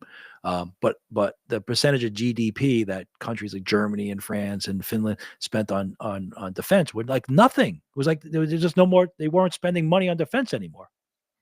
So the problem was NATO, which is us and nobody else really, us and our weapons and some of their soldiers. They were able to spend that percentage of GDP on something else because, well, the United States will defend us. Okay, so we're spending all this money. They get the protection of the United States because we're part of NATO and we're not going to allow anything to happen to them. And Trump says, no way. You need to spend more. And you see what he's saying? Like, it was good for him to push us. He's acknowledging. Remember about a good opponent? At the end of the day, countries are competitors, right? Just like two individuals are competitors. It doesn't have to be a negative word. You can be competitive with your best friend. If you push each other to get better, well, and through competition, healthy, friendly competition, great. It was good for him to push us. That's what he said. It was good for Trump to say, hey, you need to spend more. And now he's proud of his military. We'll talk about stretch targets. Do you think 5% is a useful stretch target? Is it even useful to talk about it? Instead of looking at the percentages, look at what you have. So I think it's very important that you have a strong Air Force, you have a strong Navy, and you have strong land forces. And then you have the military capacity, air, land, and sea, long-range missiles, F-18s, F-35s, artillery, and the rest of it. So kind of you have to put your money where your mouth is, in a sense that it's not the percentage that counts, it's the stuff that you have. One example, the US has something like 30, 34 different military systems. Europe has over 170. There's a lot of rationing to be done there. We're also coming up to 3 years on the war in Ukraine. How do you think it should end? What would you expect over the next few months? Well, I think it obviously should end first in a ceasefire and then a peace agreement. And I think that peace agreement needs to respect at least three principles. One is the independence of Ukraine. Two is the sovereignty of Ukraine. In other words, its right to decide whether it wants to be in the EU and or NATO. And thirdly, it needs to respect the territorial integrity of Ukraine. And I think Trump has a huge role to play here. And in many ways, a Ukrainian victory is an American and a Trumpian victory. You know what's so really nice about this interview? I don't know this guy at all. I know nothing about his politics. I'm just taking a moment to listen to him. And do you remember in the beginning when he talked about Trump and he said, listen, I have to worry about, basically I'm paraphrasing, but I have to worry about Finland's interests first. And he said there are three things that are important for Finland. He said our independence, our sovereignty, and our territorial integrity. And when she just asked him, this is what a good, clear mind does. Or what do you think should happen in Ukraine? He says, well, first a ceasefire and then a peace agreement. And three things should be, Ukraine should have three things. sovereignty, independence, and territorial integrity. Same things that his self-interest for Finland that he wants. Doesn't that make sense? That Ukraine should have those three, and Russia should have those three, and Romania should have those three, and China. Everybody should have those three. Everybody should have independence, sovereignty, and territorial integrity. Each of those. So that is I don't know this man, but I like that what he said he wants for his own country, he put those three principles into what he would want to see in a peace agreement with Ukraine. Does that mean certain portions of Ukraine are chiseled out and given to Russia? That's all to be worked out. But at the end of the day, Ukraine should feel that they have sovereignty, independence, and territory integrity. I mean, I think that was great. It's great. You've talked about China actually potentially playing a key role in ending the dispute. Some people think that will be Trump's role, is to pick up the phone to President Xi. What role can China play? There's an interesting connection here, and we already saw that. I think President Trump spoke with President Xi Jinping on Saturday, and I spent 3.5 hours with President Xi Jinping in October at a state visit. And my message is that China has influence on Russia. So if there's a connection between President Xi and President Trump on, yes, we need to muster a peace deal, I think it's pretty much the job of President Xi to convince Putin time to do a deal. And then it's the job of Donald Trump to find a deal which is fair, just, and where there's no peace without Ukraine or no peace without Europe. Really good. Really good, guys, right? Let me stop sharing and comment at the end there. So I think this reminds me of our discussion the other day that, with Iran and the Iran nuclear situation. And I'm not getting lost here. It's all connected. Iran, hold on a second. Let me close this. Sorry, guys. Okay, so Iran, in order to deal with Iran, we can't have Russia and China helping Iran. So in order to isolate Iran, we deal with China in a productive way through our tariff negotiations. And Russia, we deal with Ukraine, and we get that peace arrangement. And then if we have better relationship with Russia and better relationship with China, they're less likely to help Iran. And then Witkoff, if he's named envoy to Iran to deal with this, he's going to have more leverage, because if you don't have two major powers backing you, if you're Iran and don't have China and Russia at the same degree of devotion because of our deals, well, then that isolates Iran. And what is he saying about? See, this is how the geopolitics all ties together. So how do we deal with Ukraine? Well, Trump has to talk to Xi of China, which they already spoke already. From what I understand, Xi called Trump, and they talk. Trump has a great clip out there, by the way, that world leaders couldn't get in touch with Biden, and they say call him in a few months and this and that. And Trump saying, like, he's on the phone. Can we talk to Trump over the next month? He said, put him on the phone now. I'll get on the phone. I'm like, let's talk. I think Trump is like, that reminds me again of a real estate developer. I have some friends that were involved in that type of real estate or that type of street level business, and they have rules. I have two guys in mind that I met, and then one of their rules is, my brother does this too. It's like, you pick up the phone when the phone call comes in, you pick it up. You deal with it right away. You deal with the problem right away. You deal with the conversation right away. If you wait for messages, there's another guy I know, a Finnish guy, and he works in more of an investment field, and he's saying, you deal with things immediately. If you deal with them immediately, you don't worry about them. You don't forget about them. They don't weigh on you. Trump is from that school. Trump, Biden, these guys are just, they're politicians through and through. They've never run anything major private businesses on their own. Never, so the phone picks, a world leader calls, Trump gets on the phone. Plus, if you know who you are and what your policies are, you don't have to worry about getting advisors and what you're saying. Right? It reminds me of like Mark Twain, right? If you always tell the truth, you don't have to remember what you said. Like Kamala Harris, she couldn't speak because she was always trying to remember, what did I tell that other person? Trump, he speaks from the heart.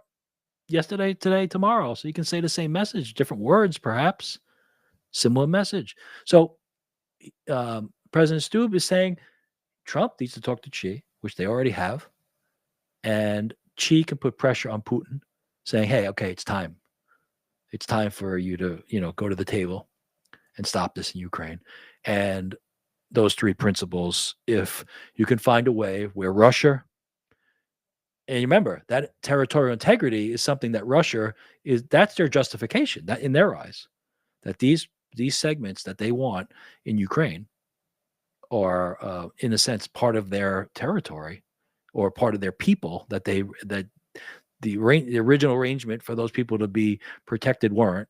And that's just, I'm not going to go into the nitty gritty of what Russia's argument is for the invasion. But if they can leave the table where Russia and Ukraine both feel they have independence, sovereignty, and territorial integrity, then you have a good deal. That's a good peace. That's a peace that lasts because both feel like they have those three principles that match the individual principles of life, liberty, and property, or life, liberty, and pursuit of happiness. All right? We're in good shape. All right. I'm going to go on. Now we got a good one. All right? I want to talk about Elon Musk. I was going to jump to something else, but I'm going to go to Musk. So Musk, there's a woman named Alice Weidel. It's Weidel, and I think it's Weidel, like V. W in German is V. Weidel, okay? And we would say Weidel, I guess. She is part of the AFD party, okay? And this is interesting because the Economic Times, she's running to lead Germany. And this is the way the Economic Times advertises it.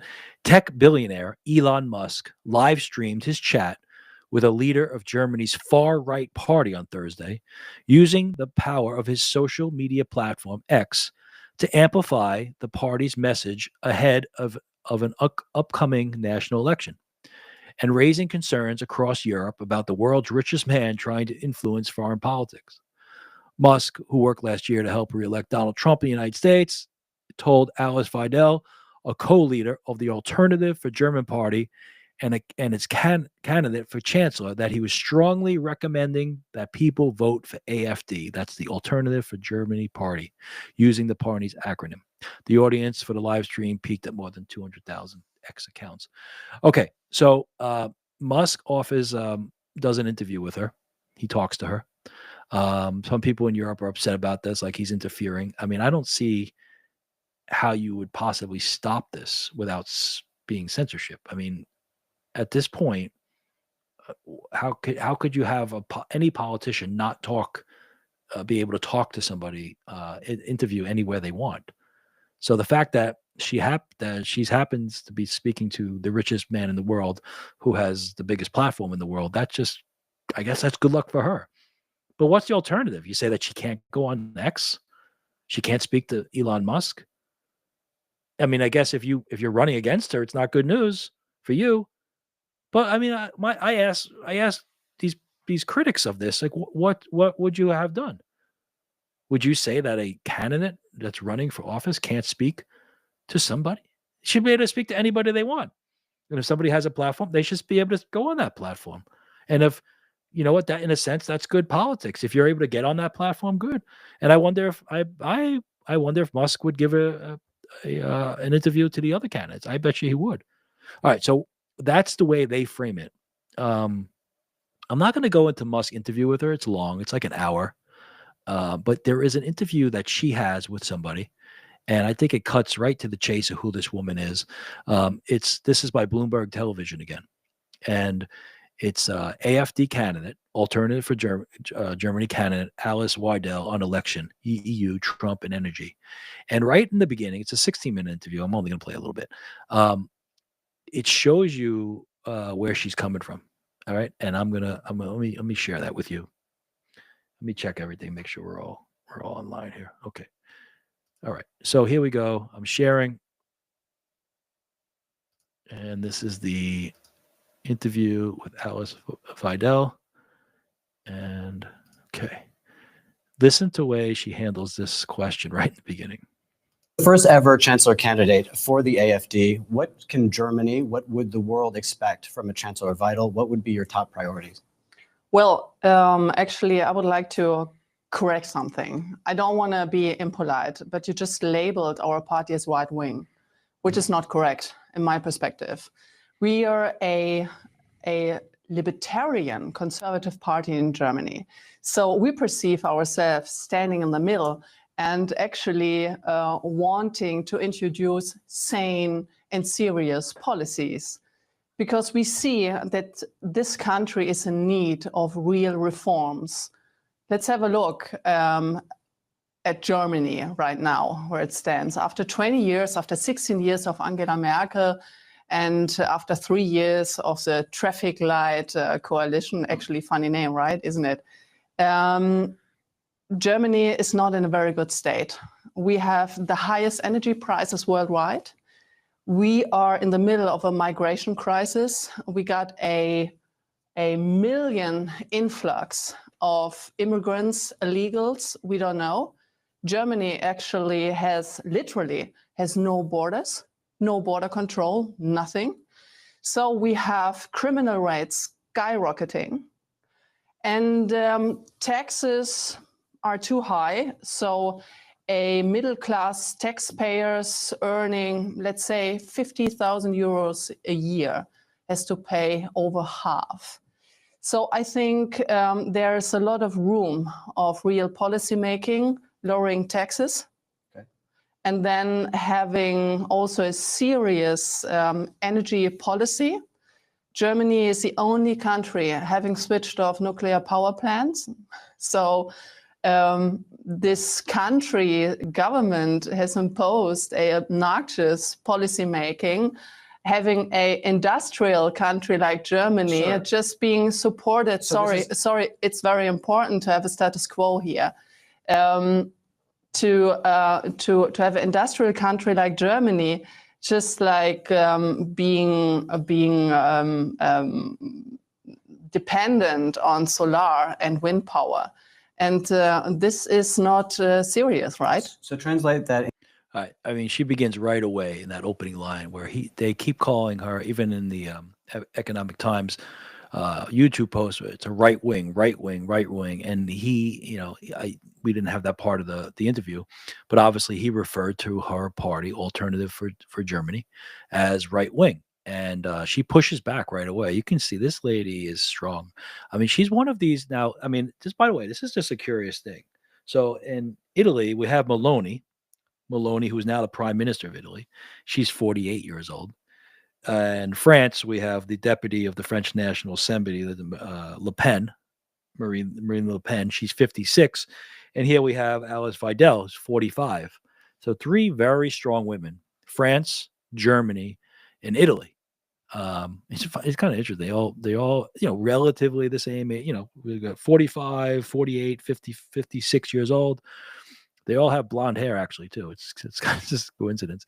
So they had strong women who just, they push back. And you can see immediately she's, this is a new style.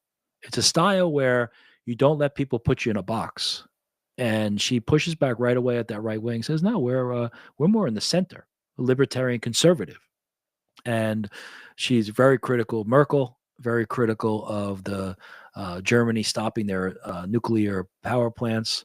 So she goes over these policies, and then he's going to ask for 3 clear policies, and then I want to play that so she summarizes.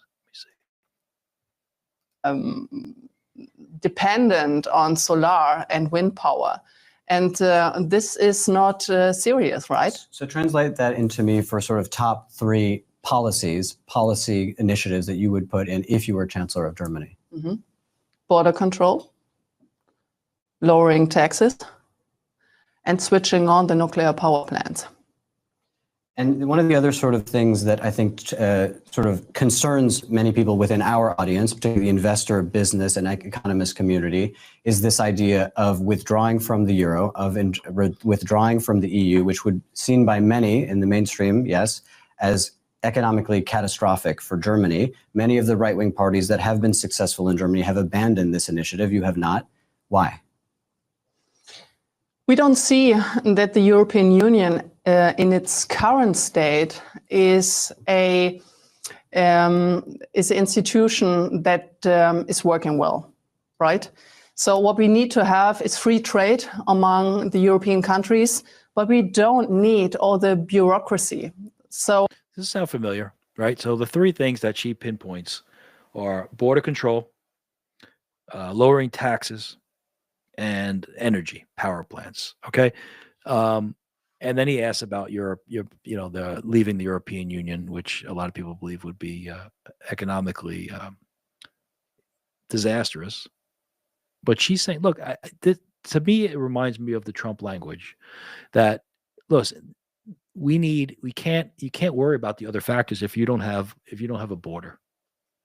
All right. If the tax burden is so high that people can't live comfortably, they can't expand their lives. They can't live expansive lives. They can't invest. They can't start a business.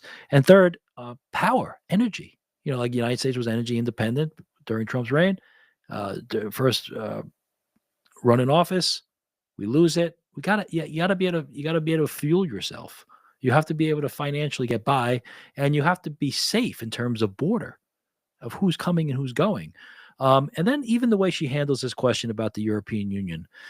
You see, it's about this idea that, well, if leaving the union is just will be disastrous, well, therefore we can't talk about it. Well, she's saying it's not working. So in its current state, she said, it's not working. And yes, we need fair trade, but there's so much bureaucracy. I'm not going to go too much further into this interview. She's somebody I'm going to look at, and I think we should all take a look at, because whether we are for her or against her, I'm not in a position to go either way. Musk is supporting her. Based on what she's saying here, it's certainly interesting. I do think that what we do need to look at is you have people like her who are clearly shaking things up, or starting to this presumption that you're in the European Union, and if you leave, it's disastrous. Therefore, nothing changes. And it's like, no. By us thinking about leaving, maybe we can address some of the issues and make it better, and therefore not leave. All right. I did find this other piece that I'm going to share on her, and I thought it was funny, because when you look at news that comes from other countries, I think it helps, and it also helps you frame. So I said, I'm looking into her, and I want to share this. She basically, by the way, right now, her party is getting like 20% of the vote. The biggest party is basically getting 30%, and then so it's 30%, the highest. Her party's getting 20, then 17. 14 for the Greens, and then some small parties. So I mean, her party is a player, and she's their candidate for chancellor. I found this on it's called Roundtable, and it's published by the Turkish Broadcast Service. Okay, and the way they describe themselves is it's a German politician, Alice Weidel, is becoming internationally known thanks to support from Elon Musk. Her party, the AfD, has seen a surge in popularity and is currently second in the polls with an election just a month away. Who is Alice Weidel? Why is the party gaining traction in Germany? I thought this was pretty good. I think they're certainly, you'll see that they're certainly not for her, but by looking at the attitude of people who are opposed to her, I think we can get some information and also see some of the same tactics that bureaucrats and institutional political players, the same criticisms of her are usually the same types they made of Trump or anybody else who tries to get in from the inside. So what I'm going to do is I'm going to play this. I'm going to play the intro and then just a little bit of the beginning. And I'm having fun with look, the world's bigger than the United States. England has really interesting things going on, France for sure, and Germany. This is going to be a big election, and so let me share this. Okay, again, and this is called Roundtable. Okay, and they bring in a couple of different political people, experts on Germany, and they talk about it. So let me play it here. As Germany prepares for federal elections next month, there's one party gaining momentum: Alternative for Germany. It's a far-right movement led by Alice Weidel, who has been endorsed by Elon Musk.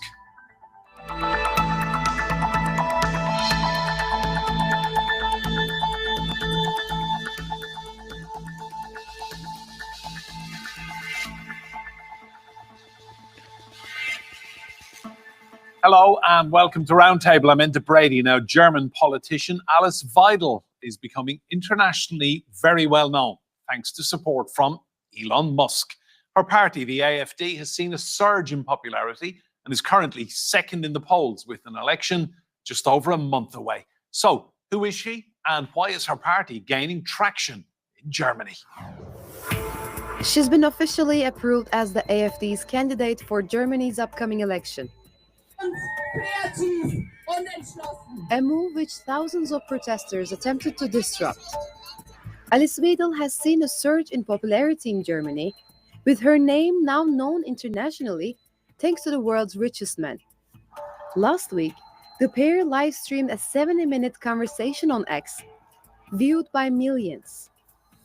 A prominent moment was her response to a question about the media linking AfD to Nazism.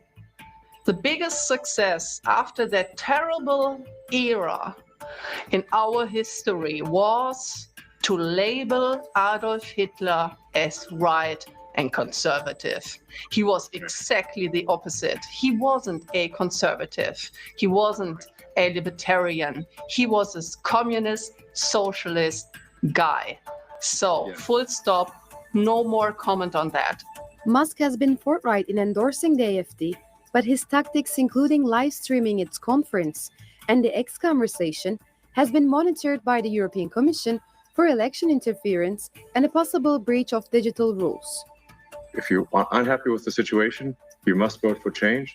And that is why I'm really strongly recommending that people vote for AfD. Alice Weidel isn't like many other far-right leaders. She holds a degree in economics, lived in China, and speaks fluent Mandarin. She also lives openly with her female partner and their 2 children, a profile that stands in stark contrast to the traditional image of nationalist leaders. But her politics tells a different story. Close the borders completely and turn back anyone entering the country illegally and without papers. And a very clear message to the whole world: the German borders are closed. Weidel and the AfD push hardline immigration policies, Euroscepticism, and a critique of the country's political establishment. As well as Musk, the party also wants to build closer ties with the US, seeing Trump as an ideological ally. Their message is resonating with voters fed up with immigration and energy policies. But will Musk's online support and global spotlight help Alice and her party secure more votes, or will it backfire? Well, let's meet our guests. All right, so I mean, they give an overview. I thought that was worth watching because it helps us get some traction. Obviously they keep labeling as a far right, and I do think we have to realize that this is coming from that perspective. The border issue is clearly one of the big ones. The cost they highlight the reference to Hitler. And I believe her point was there was obviously she obviously was declaring that it was an awful time in the history of Germany. I think what she was trying to say is that she feels it is an error to label him as a conservative or right wing, but that he was just he actually was more socialist or communist than right wing, and that any association with right wing and him is tied together, and that's not accurate in her view. So okay, independent of that, they bring on some guests. They talk about how you can get the feeling where that the political insiders, and I think this is what interests me, and we have to be careful because we don't know her well enough to make a judgment. But anybody who comes from the outside is instantly labeled that they don't understand the history of the situation, that they're naive, that they have no real policy solutions. And what strikes me is a general observation, and it applies to the Trump situation. That sometimes it's not just about a policy solution. The solution is a cultural shift. And that if you do have borders that are controlled, and you do have energy policy that works, and you do have your taxes lowered to a point where people can breathe and can invest in themselves, their homes or their businesses, that you don't actually need policies to affect the other things. It's kind of like what the president of Argentina was saying, that it's not just policy. It's a political and philosophical position that you hold yourself in, and the country holds itself in, of freedom. And when all these other things are allowed to happen, that the individual pursuit of life, liberty, and property is hindered. And therefore, that's the policy problem. It's not about a policy to address the healthcare, there may be, or the energy, specific energy policy, but it's a general policy of, if we go return to protecting the individual's right to life, liberty, and property, and remove these regulations or infringements upon their life, liberty, and property by overburdensome taxes. Their liberty is infringed by an out of control immigration policy, by people just coming in and literally being on your property, coming in and creating a density, a population density issue in the inner cities, and therefore crime and shortage on housing. Okay. These things infringe on life, liberty, and property. And therefore, the solution isn't always a policy. The solution could be a philosophical realignment to what liberty is. All right, so I'm gonna leave on that, and I'm gonna really look into her more and more and follow this. I think it's definitely worthwhile. And what I'm gonna finish with is I'm gonna go to Victor Davis Hanson. Okay, two things. There's before Victor David Hanson, there's a good little article I'm going to touch on, and then I'm going to move into Victor Davis Hanson. And it's about, the first one is from Real Clear Investigations, and it's Trump's fight against online censorship quickly goes global. So you can see the theme today is the global effect of the Trump election. And this is by Ben Weingarten from Real Clear Investigations, January 28th, 2025. Okay, it's today. So let me share that, and then we'll finish with Victor Davis Hanson. Okay. All right. Here we go. All right. I'm sharing with you. I believe you can see it. Yeah. Perfect. All right. So they do a nice job, Real Clear Investigations. Again, these are things for us to look at. All right. Good sources. Okay. Against online censorship quickly. Trump's fight against online censorship quickly goes global. All right. Flanked by some of the big tech executives whose companies had suppressed the views of his supporters throughout his predecessor's term, President Trump on January 20 declared the days of such speech policing over. Hours later, the president put action behind his words, signing an executive order prohibiting the federal government from engaging in, facilitating, or funding any conduct that would unconstitutionally abridge the free speech of any American citizen. The move was celebrated by those who see it as a blow against what they decry as the censorship industrial complex. Others cast the executive order as giving dangerous license to misinformation and disinformation. What is clear is that this is just the latest salvo in an ongoing war over the digital public square, pitting the Trump administration and like-minded Republican congressional allies against not only domestic opponents, but the global counter-disinformation ecosystem. The global speech policing effort is looking like an early target. Trump himself seemed to convey that when he touted his order in a remote address last week to the World Economic Forum in Davos, the elite global conclave had recently declared misinformation and disinformation the leading short-term risk to the globe for the second straight year, underlining their persistent threat to social cohesion and governance by eroding trust and exacerbating divisions within and between nations. 2 days after the inauguration, Trump's Secretary of State, Marco Rubio, released the, quote, priorities and mission of the second Trump administration's Department of State. The short document included the charge that Foggy Bottom must stop censorship and suppression of information, Rubio continued. The State Department's efforts to combat malign propaganda has expanded and fundamentally changed since the Cold War era and must reprioritize truth. The State Department I lead will support and defend Americans' right to free speech, terminating any programs that in any way lead to censoring the American people. It is not yet known whether and to what extent Rubio's approach will affect the reorganized successor to the State Department's recently shuttered Global Engagement Center, whose efforts defenders had called essential to combating foreign propaganda.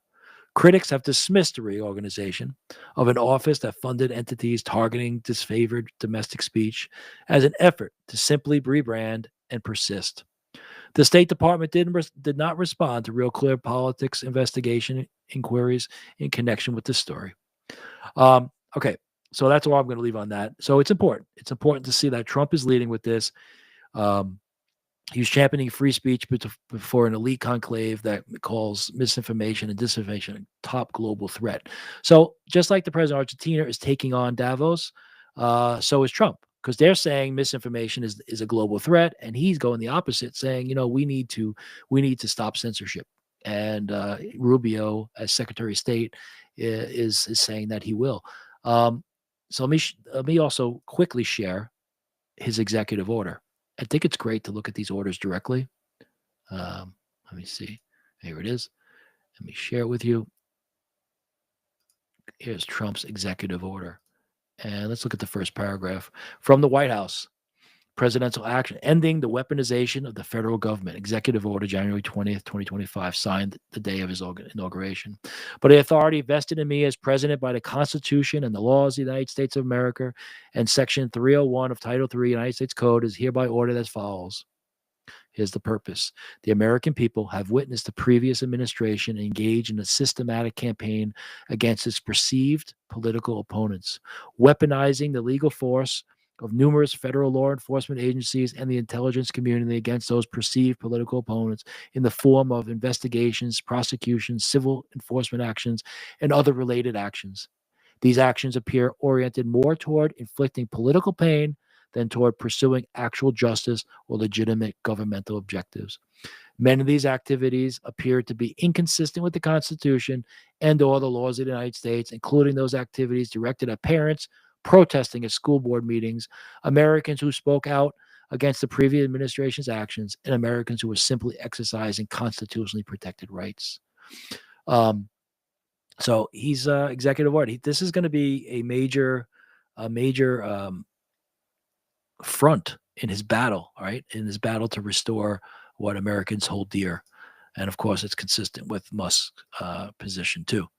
All right, so we're going to end with Victor Davis Hanson, and it's also about Trump's speech to the people at Davos. He did it via satellite, and I think it's a great way to end because Victor Davis Hanson is always somebody that we love to look at and to listen to.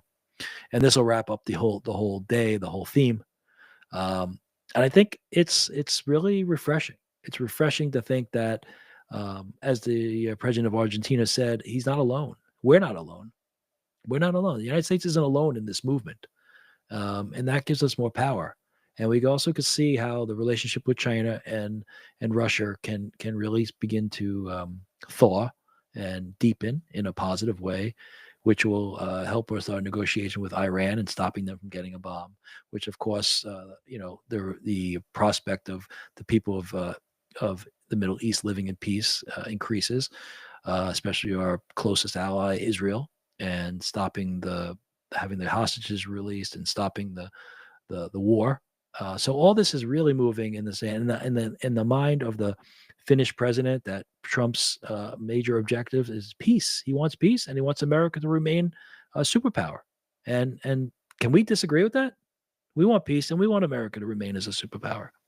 So this is Victor Davis Hanson. Let's go through and have some fun, and then we'll stop and we'll go on to another day. Trump and his new frenemies abroad and at home. In an address to the World Economic Forum, President Trump criticized Europe's regulatory and environmental policies, advocating for U.S.-led free market capitalism to enhance Western prosperity. By the great Victor Davis Hanson. This was January 27th, 2025, yesterday. All right? So this is, we covered the whole basis of Davos, and we did not cover Trump's address, and Victor Davis Hanson is going to do it for us. So let's go on this journey. President Trump recently gave a video talk to the World Economic Forum, WEF, assemblage in Davos. Switzerland. He expressed fondness for Europe. He praised many for their attendance, and then tore into the evils of hyper-regulation, high taxes, radical environmentalism, and the DEI, ESC commiserate of both the prior Biden administration and indeed the European Union. I have to throw in, doesn't this sound kind of consistent with Alice Weidel's point, right? And her political movement in Germany? One might have thought, so you're not surprised that Musk is endorsing her. One might have thought the attendees' heads would have exploded when Trump referred to oil as liquid gold. And he topped that by referring to the venerated New Green Deal as the Green New Scam. I terminated the ridiculous, incredibly wasteful New Green Deal. I call it the Green New Scam. Withdrew from the one-sided Paris Agreement, Paris Climate Accord, and ended the insane and costly electric vehicle mandate. But then a strange thing happened. The questions from international bankers and financiers that followed were not all that critical.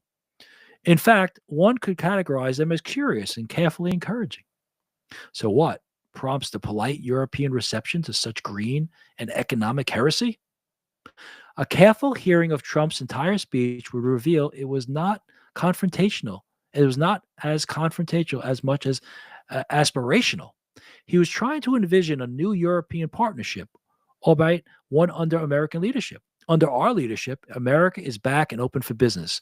So I'm trying to be constructive because I love Europe. I love the countries of Europe. The U.S. economy has grown to nearly twice the size of the European Union's since its inception more than 2 decades ago. Indeed, over 20 years, the gross domestic product of both was roughly comparable.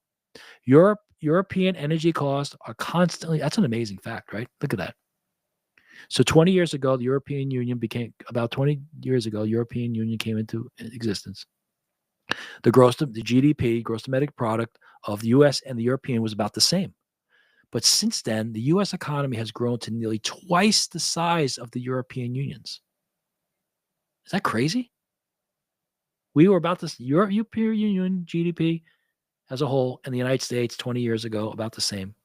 And now we're twice. European energy costs are constantly soaring, especially given radical green restrictionism and the disruption of the Ukraine war. There is further European recognition that their economies, like those of Japan, South Korea, and Taiwan, hinge on American policies, economic, cultural, and social, and especially access to U.S. markets and consumers. In this regard, Biden's hard pivot to green globalism, fiery rhetoric about eliminating internal combustion engines, natural gas and gasoline fuels, coupled with woke DEI policies, proved not just disastrous at home, it also weakened the position of Euro realists abroad.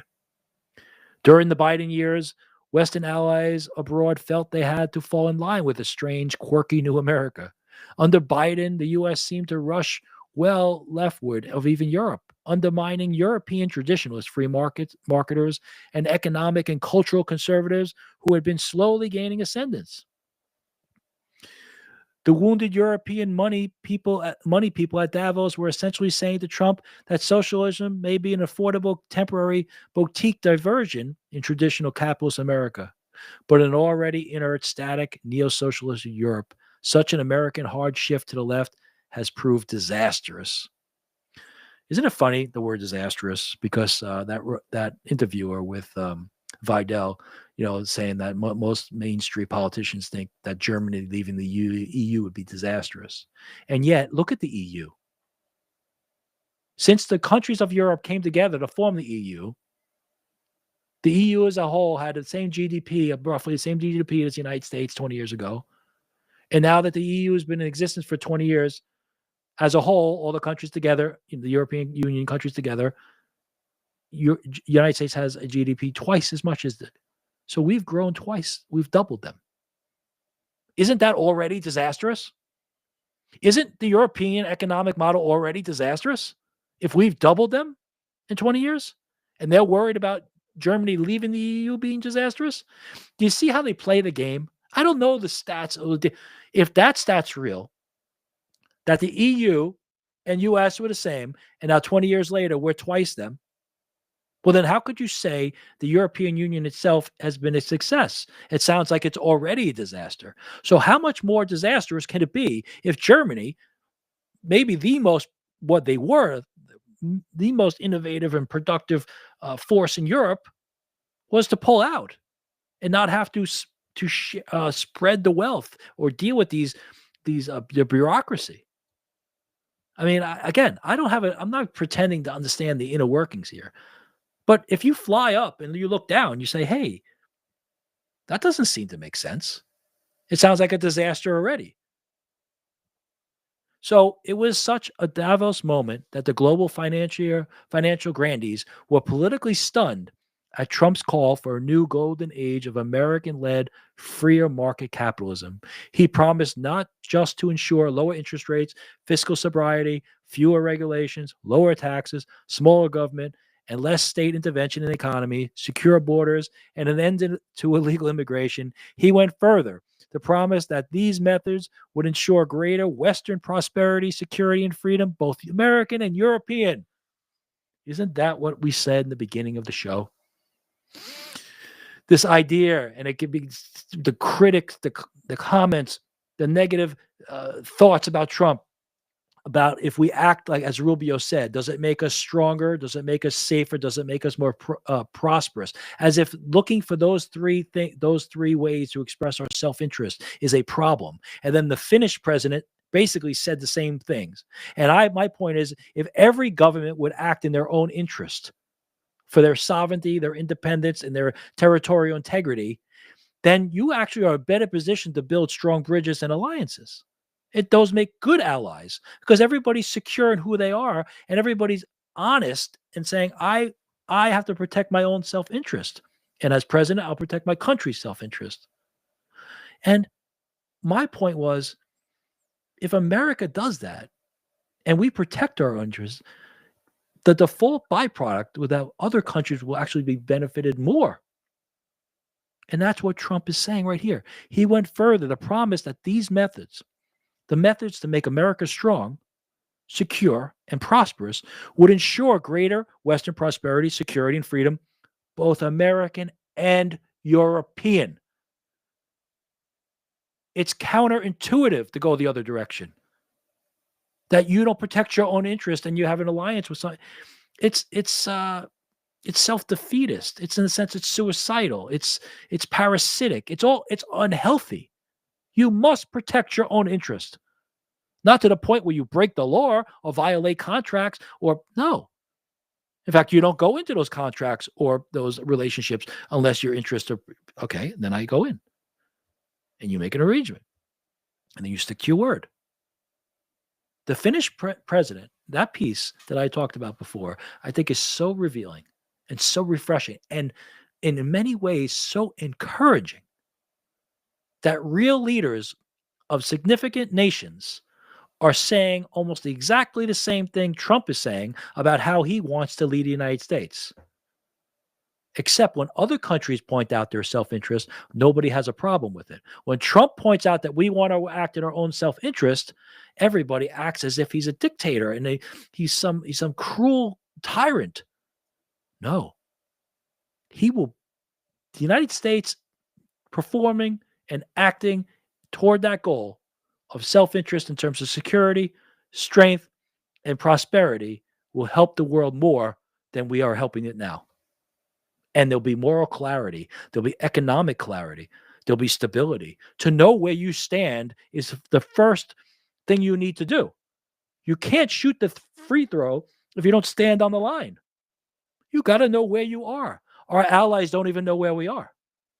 They don't know under Biden. They don't know what are we doing? Who are we protecting? They don't know about our energy policies. Everything was ambiguous. Clarity.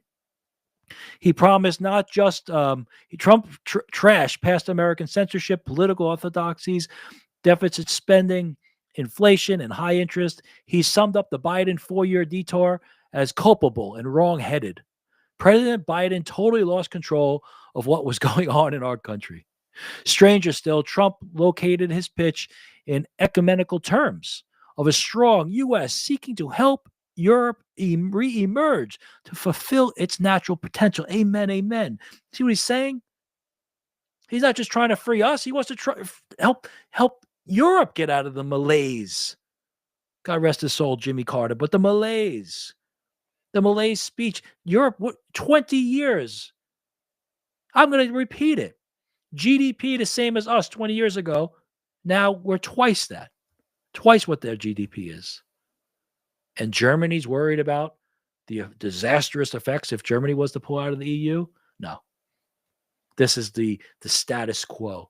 Don't change anything. Those who stay in power should remain in power. It's the same problem in the European Union.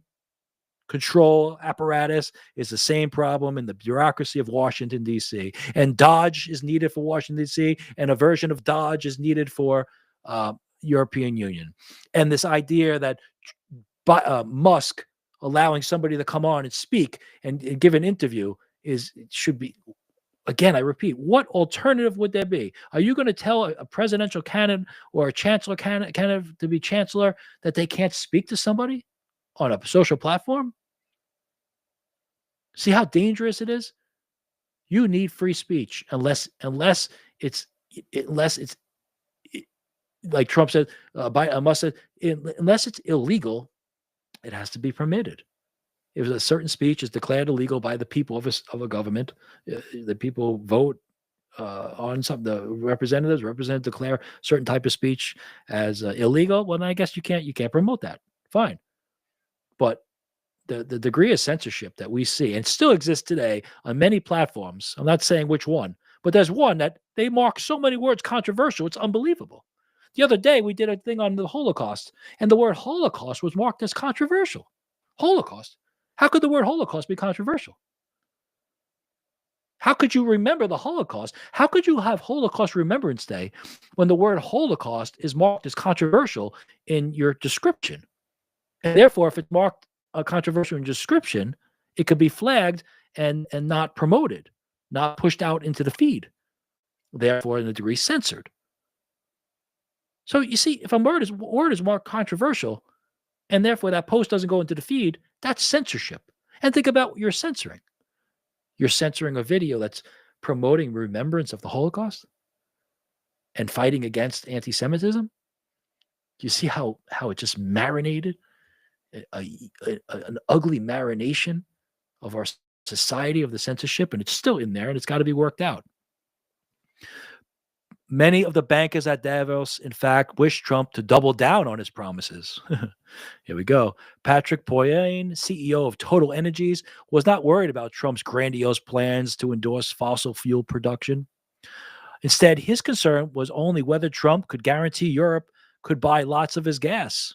When he asked Trump point blank whether he would honor his promise to ship massive amounts of liquid natural gas to Europe, Trump gushed back, "I would make sure that you get it. If we make a deal, we make a deal. You'll get it." Isn't this the irony here about the liquid natural gas comment? So the CEO he asked Trump point blank whether he would honor his promise to ship massive amounts of liquid LNG to Europe, liquid natural gas. And Trump gushed back, "I would make sure that you get it. If we make a deal, we make a deal. You'll get it." Isn't it ironic? Because you remember the Speaker Mike Johnson story about talking to Biden and how he asked Biden in private, why did you stop exports of LNG from Louisiana to Europe? It's going to help Putin. And Biden didn't know what he was talking about. And Mike Johnson realized, oh my goodness, like in short, that President Biden wasn't in control. That Biden was really telling the truth from what Biden saw. That he signed an order to do a study of LNG, not stop it, when in truth it was the exports were halted. So under Biden, we're halting LNG from being shipped. Trump is making deals. If we make a deal, you'll get it.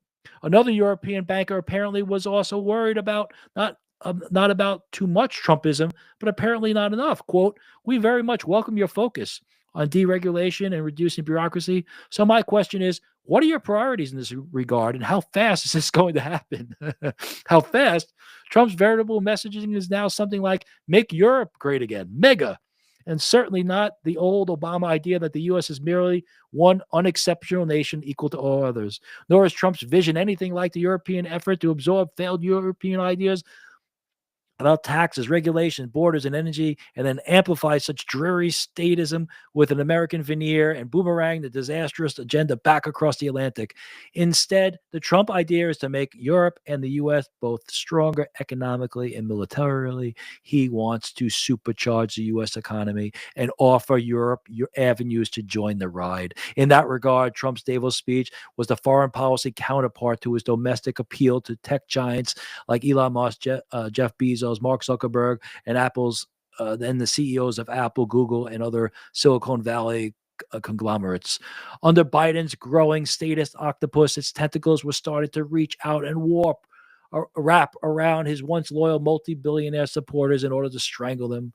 There's the Leviathan, right? It's the beast. The beast was growing to start to strangle even the people that were feeding the beast. They were always, of course, somewhat uneasy about Biden's tax increases, redistributionist multi-million-dollar deficits, hyperinflation, and resulting high interest. But what now terrified them was the increasing candor of the envisioned Biden 8-year agenda. Joe, in his role as a waxy effigy, would supposedly cajole the old Joe from Scranton cover to facilitate another 4 years of an even harder Bernie Sanders, Elizabeth Warren squad, Obama's socialist blueprint. In other words, the neo-socialist Biden government would not just take profits from them on the back end with taxes and fees, but now would also restrict and control on the front end what an entrepreneur would be allowed even to do, and how, when, and where he could intervene to make products and profit as he thought best. Implied and indeed feared was that an army of 30-something zealous, know-nothing government ideologues and bureaucrats would divide up business concessions, and they would offer slices of allotments to tech lords based on their own fealty to the administration and their hard-left credentials.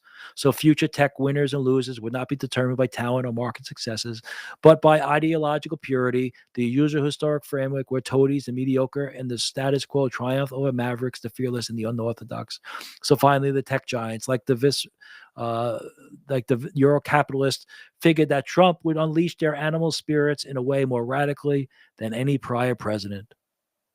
The aim would not merely be to enrich them. He would also enlist them to make their countries preeminent in 21st century globalist arenas such as biotech, artificial intelligence, cryptocurrencies, cyber warfare, drones, and lasers. Read Trump's Davos speech, and the subtext is that the only impediment to Western success is Western fear and loathing of it. There's nothing to fear but fear itself. Trump counts on the excitement of a shared adventure to free the West from its crabby naysayers as a moral and uplifting experience, far preferable to the current nihilistic slouching to statism and stagnation. All right. Victor Davis Hanson, once again, he just rocks it, right? Really wonderful. And I'm going to wrap up. We went, solid 2 hours today. Okay, so I really appreciate you listening. It's great. I think we should all be encouraged. And as my great old friend who went to God now, Paul Zalanka, said many, many years ago, that you don't fire cannon back at cannons, right? You dismantle them. So when the left in this country continue to throw these bombastic comments our way about Trump and what he's really about, we know the truth, and we can see across seas that Europe is excited and that there's movements all around the world, and that great president of Argentina, you can see how many people are just really returning to a common sense Greco-Roman morality and ethics and a free market embrace. So I'll leave it there. I'll see you today's Tuesday. I'll see you Thursday. God bless you. Have a great day. Thanks for joining me.